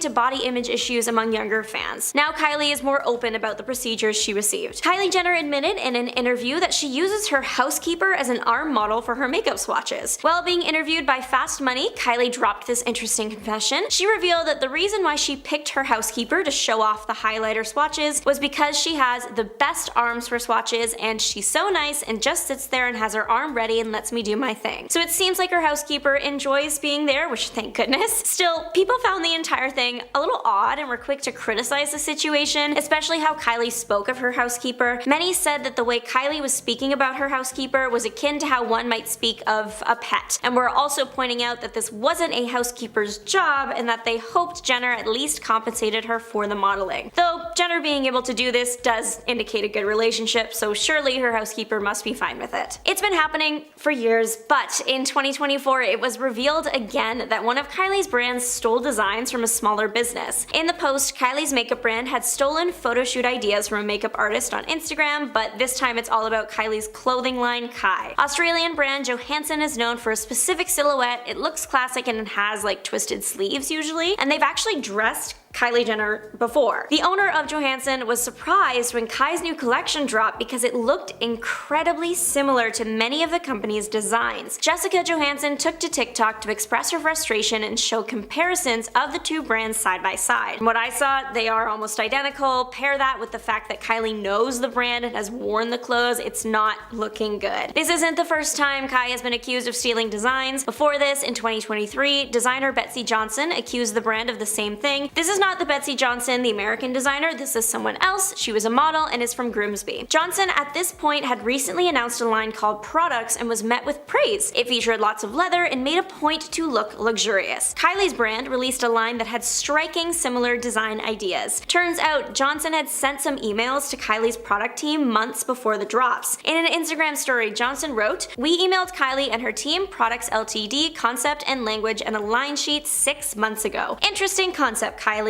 Interesting. Thanks for the cosign." A line sheet is a tool used to showcase clothing and the info about selling at wholesale, so it probably would have had a lot of the product's designs on it. not a good look. The summer of 2020 was the backdrop for the shocking accusation that Kendall and Kylie didn't pay their workers. Claims were made against the sisters' shared brand, Kendall and Kylie, that they weren't compensating workers in Bangladesh for their work. The alleged reason why was the COVID-19 pandemic. An article from Remake was published in June of 2020, and it was the first to bring this claim to light. Here's the thing, were Kendall and Kylie directly responsible for paying the workers? Technically no. Everything went through the company they were working with, Global Brands Group. So the claim was actually against them. The claim was that they refused to pay its garment suppliers for orders produced in February and March following a drop in sales caused by the coronavirus pandemic. The sisters did address the claims publicly in a statement on Instagram, writing, "We would like to address the unfortunate and incorrect rumor that Global Brands Group owns the Kendall and Kylie brand and that we have neglected to pay factory workers in Bangladesh as a result of the COVID-19 pandemic. This is untrue. The Kendall and Kylie brand is owned by 3072541 Canada Inc., not GBG. The brand has worked with CAA GBG in the past in a sales and business development capacity only, but we do not currently have any relationship at all with GBG." So though they had been affiliated in the past, it was not the case anymore, and it was an unfortunate accident that the sisters were brought into the conversation. Kylie Jenner made history and truly became King Kylie when she was crowned Forbes' youngest self-made billionaire ever at age 21. It came out towards the end of 2020 that allegedly false tax returns had been used to prove Kylie's billionaire status. So she wasn't actually a billionaire, still very, very, very rich, just not a billionaire. She was close to almost there. Her updated net worth at the time when Forbes revoked the title was just under $900 million. A report was published in the magazine after they had realized that they had been lied to. The report accused Kylie's mom, Kris Jenner, of being a key player in the falsehood. In the report, Forbes said, "Kylie's business is significantly smaller and less profitable than the family has spent years leading the cosmetics industry and media outlets, including Forbes, to believe." The magazine did go on to clarify some things, saying, "While we can't prove that those documents were fake, though it's likely, it's clear that Kylie's camp has been lying." Today, Kylie Jenner's net worth is estimated to be about $700 million. The only member of the family with a billion net worth right now is Kim Kardashian with a net worth of around $1.7 billion. Coachella performances this year have been a mess across the board. We'll get to the big one at the end, but Grimes is unfortunately another victim of this. Grimes produces music in the lo-fi, R&B, and dance pop genres. Great choice for the festival. The tech for the festival didn't agree, I guess. Some of the DJ tracks were double the speed, among other random tech difficulties happening. It also apparently got so bad that Grimes screamed and cursed out of frustration. She had to stop the set multiple times, explain to the crowd in real time that she was having trouble mixing the songs because all the tracks were double the tempo. Overall, it sounds like a nightmare for the artist. The set actually got cut short because everything was going so wrong,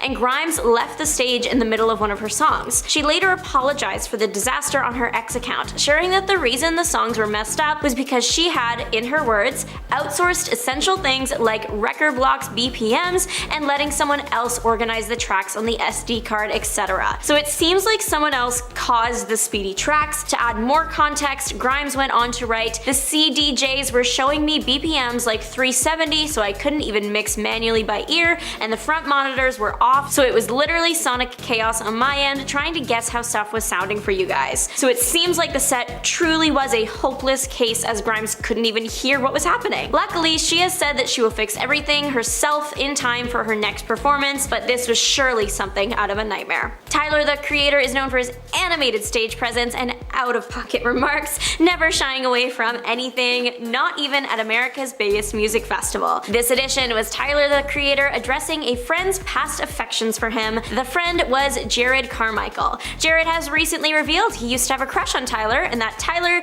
didn't reciprocate the feelings. Tyler acknowledged this on the Coachella stage, saying, "I'm guessing y'all got TikTok and probably seen my homie on camera. I looked terrible." So it seems even long after everything went down, Tyler, the Creator, is still not into it. Jared did express in an interview with Esquire that he appreciated that Tyler was willing to have a conversation with him about his crush in the first place. Who knows if he expected this to be brought up on such a big stage though. Nelly Furtado has left it all on the stage, including her own red stuff. The singer of hits like Eat Your Man was giving an incredible and energetic performance, and it seems that was her literal downfall. She had a nasty fall on stage, though she did get up and finished the set with plenty of energy. She later later posted a photo of a pretty busted up finger with some lines of red running down the side. It looked pretty painful, so it definitely speaks to her professionalism and love for her work that she was able to just get back up with something so serious. She did smile big for the photo, writing in the caption, "Left it all on the stage." She certainly did. One interview went south almost as quick as it started. Singer-songwriter and actress Teyana Taylor is known for films like 1001 and songs like Gonna Love Me,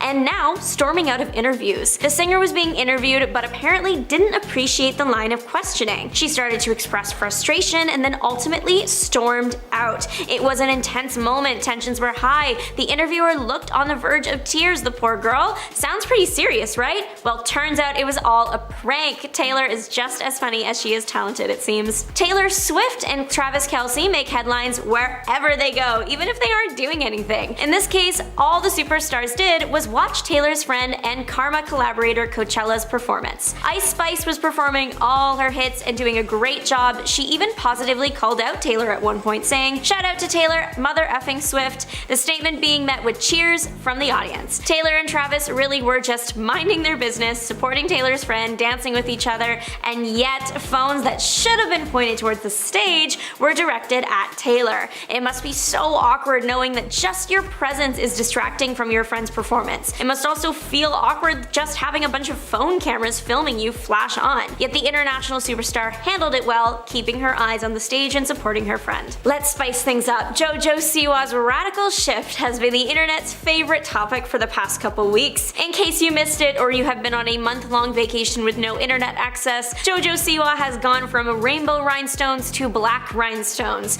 She is undergoing a shift in her brand. She wants to be seen as more adult to match her new song, Karma. The opening lyrics of the song, "I was a bad girl," didn't fit with JoJo's old persona, her words, and so she needed to update her look to sing the song. The most recognizable look from this new era of JoJo would have to be the look she wore to the iHeartRadio Awards 2024 that was also the costume from her Karma music video. This is the one where she looks like she's going on tour with Kiss. Everyone's been trolling her for the better part of a week. She claims she's made the most major image shift of her generation. But many people online are pointing out that she just went from color sparkles to black sparkles, and that the core of what people know JoJo's brand to be is still the same. JoJo did an interview in the Karma Fit while at the iHeart Awards, and it went viral very fast. It is being parodied on all corners of the internet. JoJo was asked who her dream guest would be on her podcast, to which she responded, "Let's spice things up, one of my exes." The internet took the outfit and the comment and the voice and ran with it, and there is a high chance that if you have scrolled your For You page in the last week,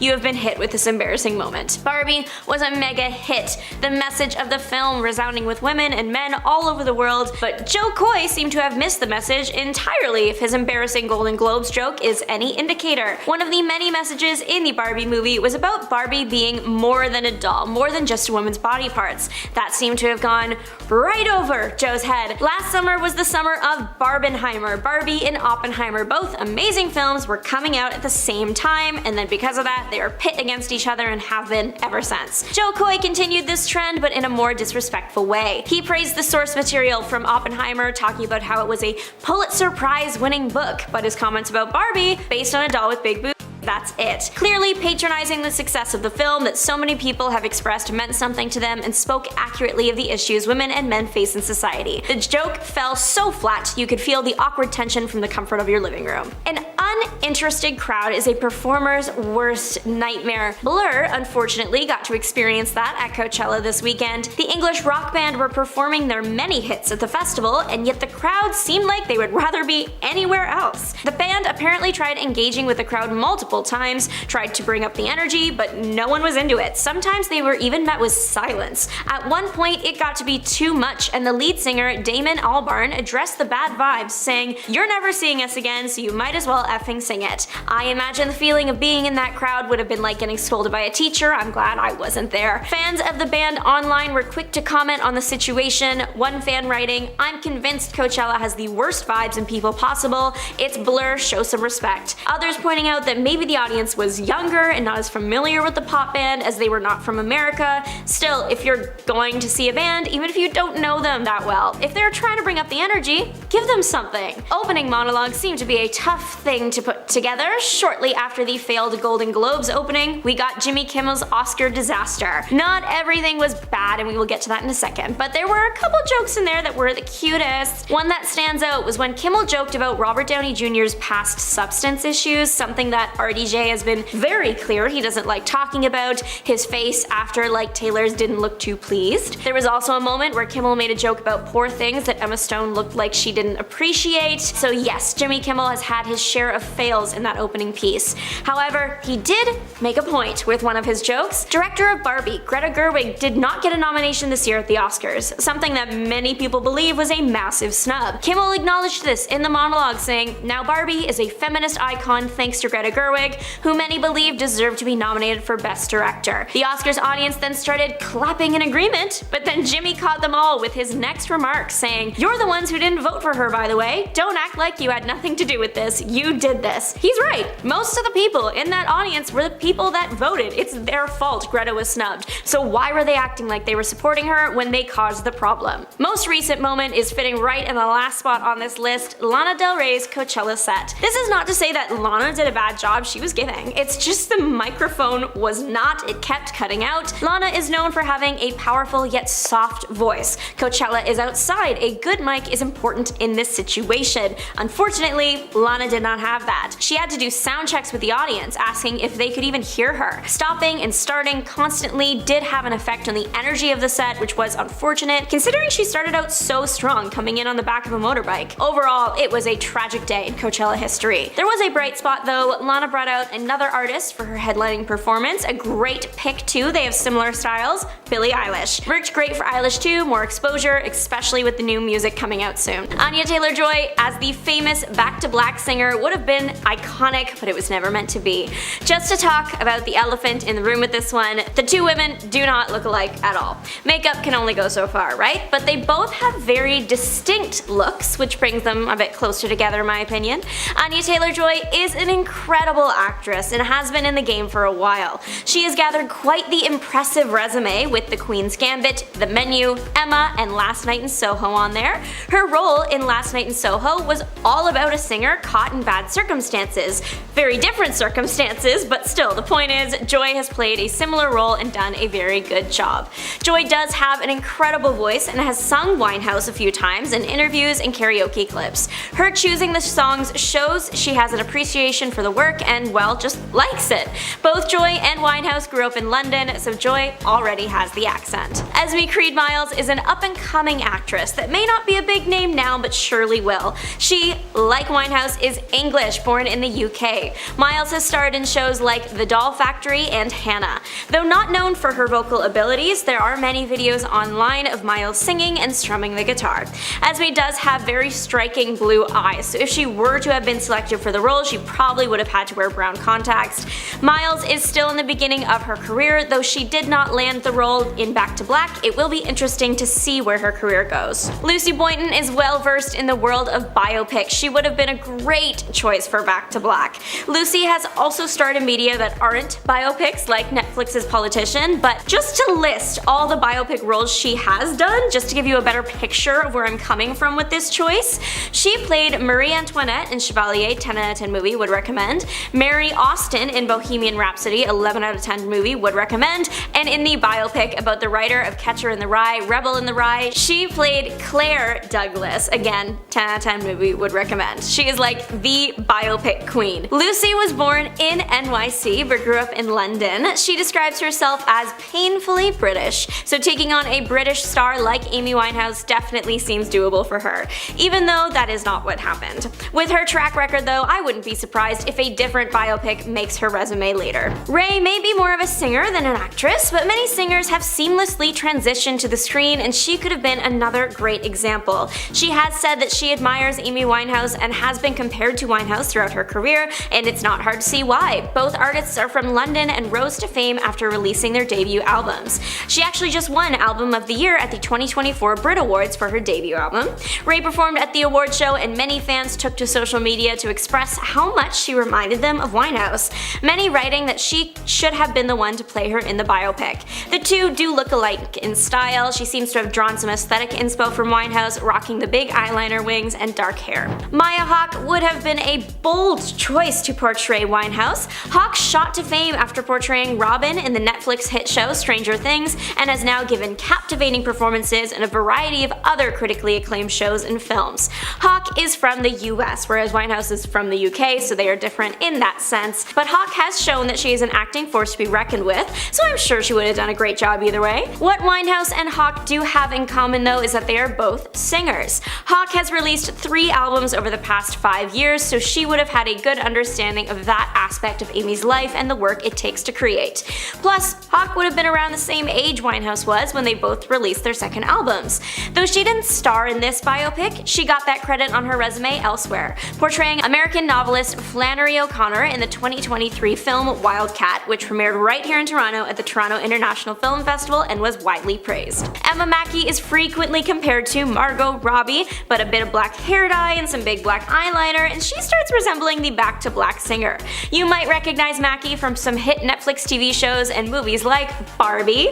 Mackey has shown off her musical skills online. Clips of the actress singing have gone viral on TikTok, and if you check the comments, people have nothing but good things to say about the star. Like Amy, Emma spent a lot of time in London. She was born in France but moved to London for university. She has ties there because her mother is British. Sophie Turner might have seemed like an unlikely choice, but not completely unsurprising. Sophie Turner made a name for herself on the hit TV show Game of Thrones, playing Sansa Stark, but someone had to discover the raw talent that is Turner and give her that big shot. That person was Nina Gold, casting director for Game of Thrones and now the casting director for Back to Black. Sophie, like Winehouse, was born in the UK. Though Turner is mainly known for having red or blonde hair, she does look striking with black hair in fan edits, and at one time she was Morticia Addams for Halloween.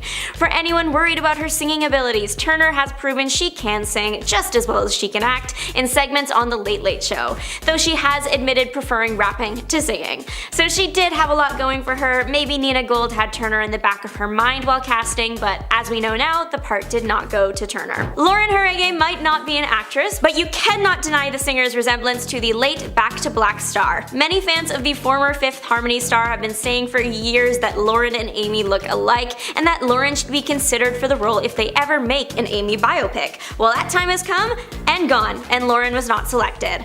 Lauren did get the chance to portray Winehouse on the popular TV show Lip Sync Battle in 2018. She lip synced along to Winehouse's Rehab, dressed as the singer.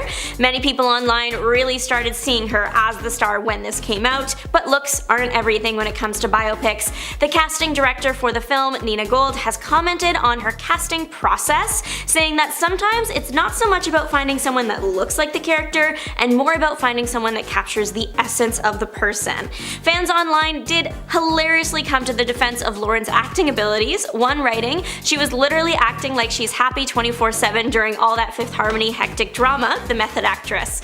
What is interesting to note, so Lauren went on the Zach Sang show and revealed that her team actually did receive calls about her playing Amy, but casting really wanted someone who was authentically British, Lauren explained. So her being American may have actually cost her the part. Millie Bobby Brown has expressed interest in playing Amy Winehouse in the past. A then 16-year-old Millie sat down for an interview with Netflix Latino America and dropped that she would be interested in taking on the role of Winehouse should a biopic get made, as she loves her music. In the interview, Brown said, "Amy Winehouse I personally think is like an icon to R&B, blues, and basically the whole culture of music. I just love her music and I was really impacted by her whole story, and so I always say that I would love to play her." Hey, with fan-edited images of Millie with black hair found online, she kinda looks like her. Millie has showcased her love for Winehouse's music, performing different variations of songs on The Tonight Show with Jimmy Fallon, and even posting videos of covers on her social media. Millie has been a fan for years, years. While on The Tonight Show, Jimmy Fallon played a clip of a very young Brown performing Valerie for the camera. Though Bobby Brown is British like Amy, which is something that they were looking for, she might have lost the role for a different reason. Winehouse's father, Mitch, revealed in an interview with Paul Dannon that the casting team was looking for an unknown actress. He said they were searching for an unknown actress, ideally a Jewish girl from North or East London who looks a bit like Amy and talks like Amy. Millie Bobby Brown was definitely not an unknown actress, so her undeniable star power may have been the reason she lost out on the role in the end. Lady Gaga was a name thrown into the mix by fans on social media. It's not totally random. The singer turned actress has actually expressed interest in Amy Winehouse as a person and the possibility of playing her.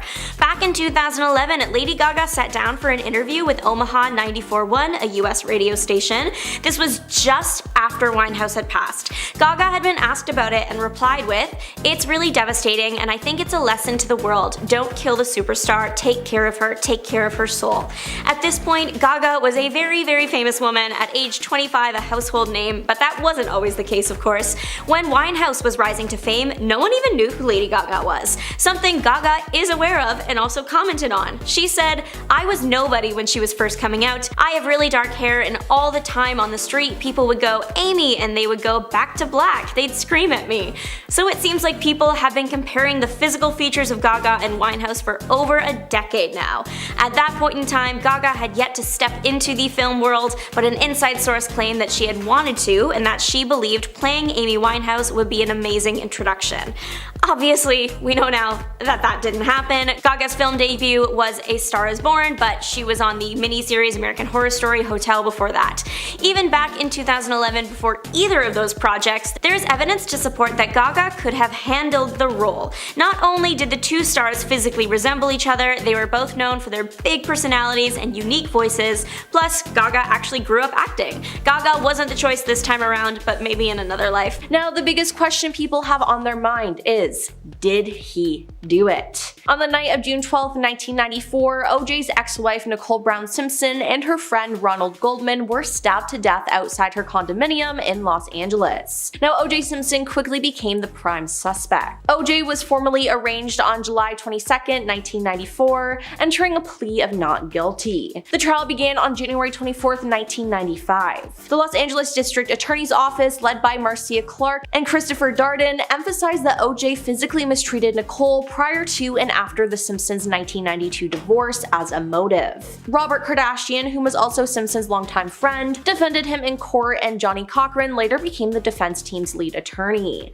Now, the Simpson defense was based largely on the grounds that evidence had been mishandled and that many members of the Los Angeles Police Department were racist, particularly Mark Furlman, a detective who allegedly found a bloody leather glove at Simpson's home. The defense team argued that the glove could not have been OJ's because it appeared too small for his hand when he tried it on in the courtroom. In addition to the glove, the defense claimed that other important evidence had been planted by the police to frame him. Now, during the trial, which lasted more than 8 months, some 150 witnesses testified, though OJ did not take the stand. On October 2, 1995, the jury finally began deliberating and reached a verdict in less than 4 hours. On October 3rd, OJ was found not guilty of the deaths of Nicole Brown Simpson and Ronald Goldman. But that doesn't mean he got off the hook. Although he was acquitted in the criminal case, he was also sued by the victims' families for wrongful death, and the civil trial began in October 1996. Less than 4 months later, that jury found him responsible for the deaths of Nicole and Ronald and awarded their families $33.5 million in charges. Now, that to me just screams that he did it.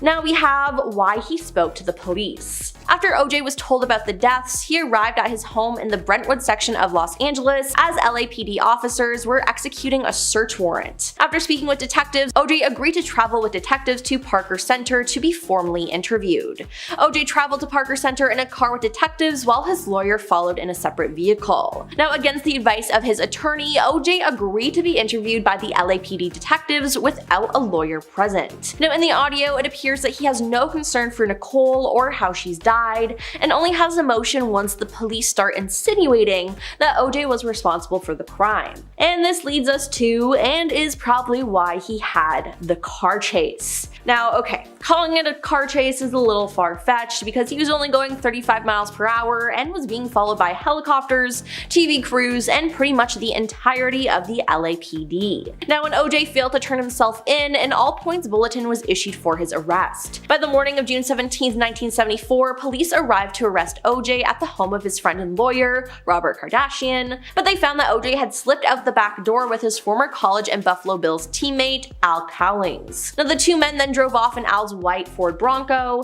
and after a news conference, the LAPD officially declared the former football star a fugitive, where his lawyer, Howard Shapiro, announced that OJ was so distraught he might take his own life.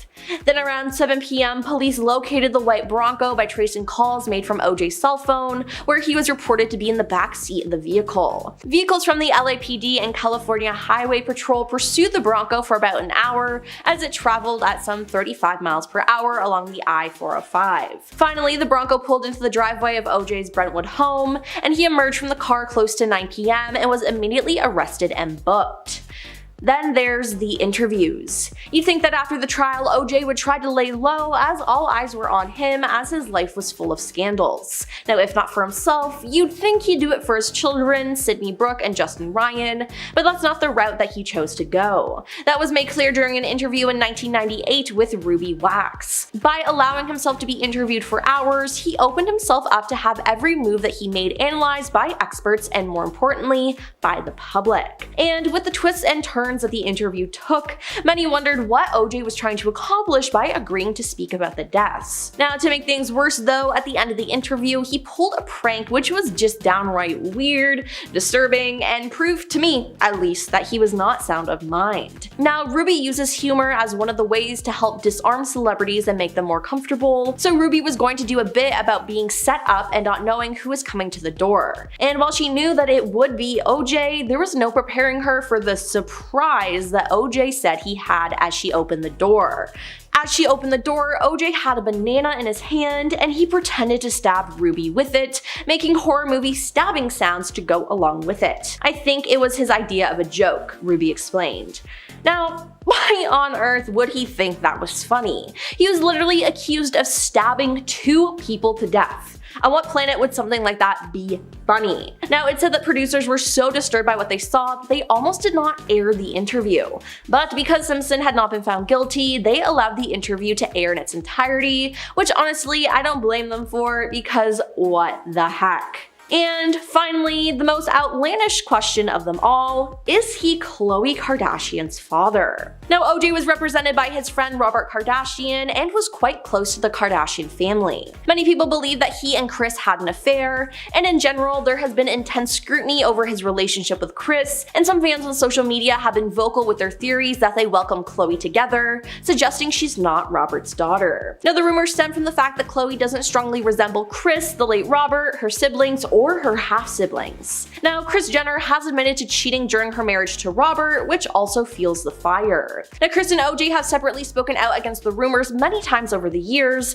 and fiercely denied odd claims that they secretly reunited in the 90s to have in a hot tub. In 2017, the momager burst into tears in an episode of Keeping Up with the Kardashians, fuming that the rumors had kept up for decades. They printed a story I was sleeping with OJ. After 25 years, you'd think it just wouldn't be a thing, she sobbed to Khloe. Then 2 years later, OJ shared a video on Father's Day, vowing that he was never interested in Kris in a romantic sense, while calling out the renewed theories that he was Khloe's father. Never, and I want to stress this, never in any way, shape, or form have I ever had any interest in Kris, romantically or sexually, he said at the time. I don't know though. I kind of believe the theory. I mean, what do you think? Starting off, we have Daphne Joy. Now, after Diddy's place got raided, rapper 50 Cent, real name Curtis Jackson III, responded on Twitter saying, "Now it's not Diddy do it, it's Diddy done. They don't come like that unless they got a case." Now, while 50 Cent was not named in the lawsuit against Combs, a woman identified as Daphne Joy, who shares a child with 50 Cent, was named in the suit. In a statement posted on Instagram, Joy responded to 50 Cent saying, "Everything is a joke until our safety is compromised, which is happening right now." Now Joy went on to accuse 50 Cent of physically mistreating her and said, "You have broken our hearts for the last and final time." Next up is Stevie J. In addition to Joy, another celebrity named in the suit, Stevie J, Stephen Aaron Jordan, also responded to 50 Cent on social media. Stevie J hit back at 50 Cent on Instagram and said, "Since it's entertainment, let me beat the out of you on TV or something." Now it's alleged that the Grammy winner Stevie J, Diddy's longtime collaborator, recruited and participated in Combs' freak-offs in his amended complaint filed in the U.S. District Court in the Southern District of New York, though it does not name Stevie J as a defendant. Now Diddy is accused of instructing Stevie J to teach him the type of sex workers to solicit and the way to solicit them. It's alleged that Stevie J sent threatening messages when the plaintiff, Rodney Jones, publicly asked Combs to pay him for his work on Combs' The Love album. The complaint also says that Combs used his connection to Stevie J, Rodney's idol, to pressure Rodney into being intimate. "I've never seen my man do anything foul like they talking about. I've never seen it. I've known him for 29 years, Stevie J told TMZ earlier this month. Moving on to Young Miami. Young Miami, a member of City Girls, is mentioned in Jones's amended complaint filed in the U.S. District Court of the Southern District of New York. Now she is not a defendant, nor is she accused misconduct. She is listed as being a part of Combs' operation and accused of bringing Diddy illegal substances on a private jet. The complaint says she was retained on a monthly stipend as one of sex workers, and it also alleges that her cousin, named as Jane Doe 1, took advantage of Rodney. Now since the raid, she has shared numerous posts on social media, but many of the posts are promoting a new song that she is releasing. Aaron Hall, an R&B singer who was part of the group Guy, was named as a defendant in a complaint filed against Diddy last November in the New York Supreme Court